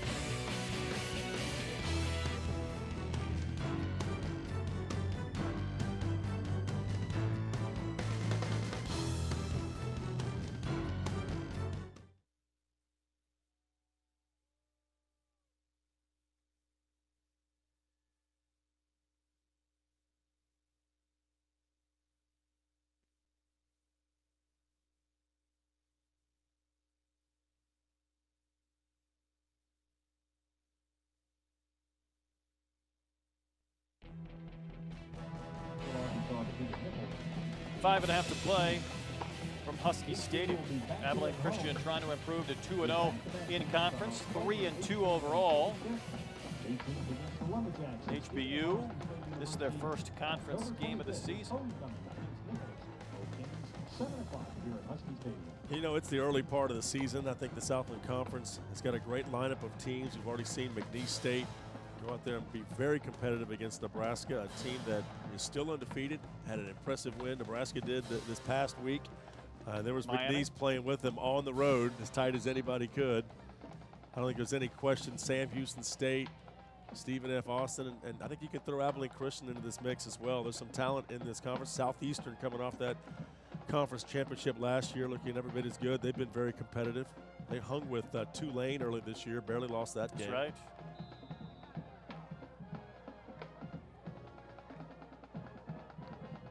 Who knows? Central Arkansas is one of those teams that, you know, year in and year out, they're always right there in the mix. Going to play them on that purple and gray field up there in Conway. Wallace. Well, he stayed on his feet, got a few extra yards, but he won't quite reach the 20 for HBU. McNeese State leading Arkansas Tech 61-7. Looks like that game's going final. Southeastern Louisiana over UIW 63-7. Central Arkansas over Nichols 52-18. Some big, those are three of the big powerhouses in the Southland Conference right there. Southeastern, McNeese, Central Arkansas. Illegal block in the back, return team number 45. That penalty being forced, half the distance is to the goal, first down. See that football marked back at about the 7. 7-yard line, where it'll be 1st and 10 for the Huskies. And one more chance on the offensive side for HBU with 5:22 to play here in the ball game. And you know, if you're Vic, you want to see a drive here, sustain something. And Isaiah Hall getting a chance to be the quarterback here, 6'1", 205 out of Burleson. I want to see the Elk throw the football around here on this drive. I know he can run. Well, haven't been blessed with the best field position to try and chuck the football. Looks like the drizzle, though, is stopped for the time being. Yeah, pretty wide open attack, the Burleson Elks over and on the offensive side of the ball. Boy, just lucky to hold on to the football. He was being pulled apart. A couple of the linemen for the Wildcats. Looked like one of the big men there to grab him first was Brandon Dornack, Spring, Texas native. He's back here in the Houston area and wanted to make a play. You'll see him coming, what, 3 or 4 white shirts around Isaiah Hall. Yeah, William Moore there too on the defense. Got off his block, immediately saw it wasn't going to the running back and got on the quarterback. It was a nice defensive effort there. Tough to run the option that deep in your territory, so Hall will fight back and get the 2 yards lost in the previous play, but it'll be 3rd and 10. You know, for Isaiah, first time playing college football, you always hear it. It's they get a little wide-eyed, and they know that the game is much faster than the high school game, of course, and just got to try to find a way to slow it down as quick as you can. And the best way to do it is to put them on the field and let them play. It's the only way you get better. Yeah, gain that valuable experience. In a passing situation, Kadarius Baker back in there, 3rd and a long 9. Bibbins flexed out here to the left. Deep ball down the right sideline, and Wesley Lewis had a step, but that pass started to drift out of bounds, and Epps was there on coverage. I think the wind might have caught that one a little bit. That just kind of sailed on him, went out of bounds. But you're right, Wesley had a beat there, had about a 2 or 3 yard step towards the end. Holding offense, number 74. That penalty is declined. Result of the play, 4th down. Offensive holding has declined, so it's still 4th down. And Epps, well, there he is. He had to expend some energy on coverage. Here's his chance. He'll find some more. You know he will. He's standing in midfield, so he's hoping for a low kick from Christian Guzman. Guzman has to be in double figures in punts in this game. I've got a good nickname for Epps. I'm going to wait and hold on to it here and see what happens. Boy, it's a low kick, but he won't touch that one. Nope, and a great bounce for HBU. Inside the 40, inside the 35, still rolling. Down at the 33. For some resourceful fans, find some shelter, some cover. Her arm's going to get tired. Yeah, it's been pretty much constantly drizzling here for the most part. It's been a little bit heavy at times, but for the most part, it's kind of a steady drizzle. And the Wildcats offense back on the field of play. That's a big line right there. These are the backups we're talking about right here. Good point. In the 4th quarter, Notre Dame leads Syracuse 21-9. Late in the 3rd quarter, Baylor over ISU. Cade Munden back in at quarterback, replacing Parker McKenzie, the starter, who has long since exited. Herschel Sims, a big night, really played only about 2.5 quarters. Gober had a touchdown in the previous drive and picks up some tough yards. Terrell Brown lost his hat. Doesn't have to be told. He'll just head to the sideline, replaced by Cody Moncure. 2nd down. Chin straps, Jeff. You got to have better chin straps. Yeah, at least use both of the dual parts of them. You know, get them both snapped on there, nice and tight. Maybe put a lock on there while you're at it. You're saying it might be the application of clasping them more so than the equipment himself. I was thinking the old days, you know, they'd leave the chin strap kind of barely hanging on. You know, jerseys all torn off. Don't see that look anymore. You do not. Gain of 2 in the previous play. Think of guys like Earl Campbell running. Their jerseys were all ripped up and baggy and everything. Not anymore. Tearaways. Gober, a hard run into the line. There's Dolan again. I think Herschel Walker, I read where he went through 5 or 6 tearaway jerseys in one game. You have to keep on replacing the jerseys. Those little tearaways come ripping apart. You did not want to get tackled by your shirt back in the day. Not. Did they outlaw him? What happened there? Why all of a sudden did that go away? Good. They weren't cool, right? You got to have the slick jerseys that you can barely take off or put on, and hard to grab. Tight, yeah. Linemen will wear the tight jersey though. It just doesn't look as as good on them. Nearing the 2:20 mark in this one. They don't have the abs that the running backs have, huh? No, they do not. Gober should have the first down that'll stop the clock temporarily as the sticks are moved again. Talked about this Abilene Christian team last year, 501 points scored. Scored at least 60 points in 4 games. Tonight they're 1 point shy. They hit 50 in another, 40 in yet another game. So that is 6 games where you score 40 or more points. This their season high already, but in that win against Troy, they had 38 points. So they're gonna hang some high point totals on a few other teams in conference play. Yeah, I don't think there's any question about that. It'll be interesting to see how this season plays out, especially for a lot of the new teams, of course, like HBU, but they're getting their feet wet. But I think ACU is a team that can play with some of the best of them. Well, Gober, a tough man to bring down. Just trying to continue to plow forward. Josh Irwin, a safety, had his hands on the ball carrier, but it took a little while to drop him. He's at the 48 of HBU. We're inside a minute 45 to play. ACU plays Lamar next week at home, and I think that's a game that the truth's going to come out for those two teams. We're going to see where they're at as far as their programs. I mean, Lamar's been here for a few years. They've been doing a nice job, and ACU they seem to be on track.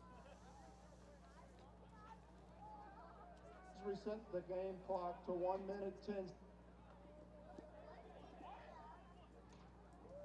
They say 1:10 on the clock. Please reset the game clock. Thank you. 1:10 left to play. Can't get over quick enough, huh? From 140 down to 110. And they'll let it roll now, so we're inside a minute to go in the game. Again, Houston Baptist on the road next week at Incarnate Word, a 6 p.m. kick. Chance to go out and see two fine universities who are pretty new at football. Chance to duke it out at a really beautiful stadium down there. A few more yards, and this should be worth another first down. Clock stopped at 41 seconds to play. Run by Dover to the 45-yard line, and it's a first down and 10 for ACU. And HBU getting a couple more players out here on the field, get another, maybe one more snap in as we close in on 30 seconds. Well, although the score looks similar to last year, it's a different type of game. HBU was in it early. They had the early lead, but in the end, ACU just proved to be a bit too strong. And the play clock has not started, so they can run off the final remaining seconds and tick this one away. And you see the handshakes commencing already near midfield, and the two coaches will also head towards midfield and shake hands after a 59-14 Abilene Christian victory. So the Wildcats 2-0 now in conference play. 3-2 overall. HBU falls to 1-3. They got their first win last weekend, but their first conference game goes the way of a 59-14 victory for Abilene Christian. So pretty entertaining first half. Abilene Christian a big second quarter. They had 4 touchdowns in that second. And then there was a fumble early in the third quarter. On the opening kickoff return by the Huskies, turned into a touchdown one play later by Abilene Christian. They were off to the races, and a lot of guys got playing time, and I think each and every one of them right now at midfield. So again, Brett Dolan, Jeff Powers. And Jeff, this was a game I think you mentioned there were some positives early for HBU, but then Abilene Christian got it going offensively, and they were tough to stop tonight. Yeah, no question about it. Herschel Sims having a huge game with the 3 touchdowns. Should have had a 4th, but it was called back. But he had the big game, and I think that's what they were looking for in him. We kind of talked about him in our pregame show as he was going to be a key. They won the line of scrimmage, no question about that, and there's your ball game. So 3 different quarterbacks for HBU. They had a chance to get a lot of guys playing time today. What was their takeaway this evening? Well, I think if you're HBU, you look at it like we had the lead early on, way too many penalties. That's something that's got to get fixed at practice. And then you go into the next game and you just prepare a little bit harder, a little bit stronger, and you find a way to win that game. That's a winnable game next week against Incarnate Word, and you just got to think of the positives. Let's take a look at our final stats from tonight's game. See the difference in first downs and the total yards, Jeff, 637 for the Wildcats. Yeah, there's your game right there. And plus the passing yards there, just 403 to 212. I mean, they won the game by being able to throw it first and then run it second. And that's just something I don't think we completely thought we would see. But no question about it, Abilene Christian jumped on them there in the second quarter and kind of put this game away in that second quarter. Boy, a lot of penalties, you're right, 22. It was kind of a killer for momentum this evening just to try and sustain something when there were so many stoppages of play. Yeah, the time of possession kind of evened out in the second half, but in the end, it's just one of those games where you knew going in it was going to be you had to play nearly perfect to win the game. And Houston Baptist didn't play perfect, and that way Abilene Christian was able to pull away and win that game. They really won it in that second quarter. That's where they kind of pulled away. They did. Abilene Christian now 2-0 in Southland Conference action. HBU loses their first ever game here in the Southland Conference by a score of 59-14. So for Jeff Power, I'm Brett Dolan, our entire crew on Fox Sports Southwest. Thanks for joining us tonight from Husky Stadium. Once again, our final, Abilene Christian the winner over HBU, 59-14.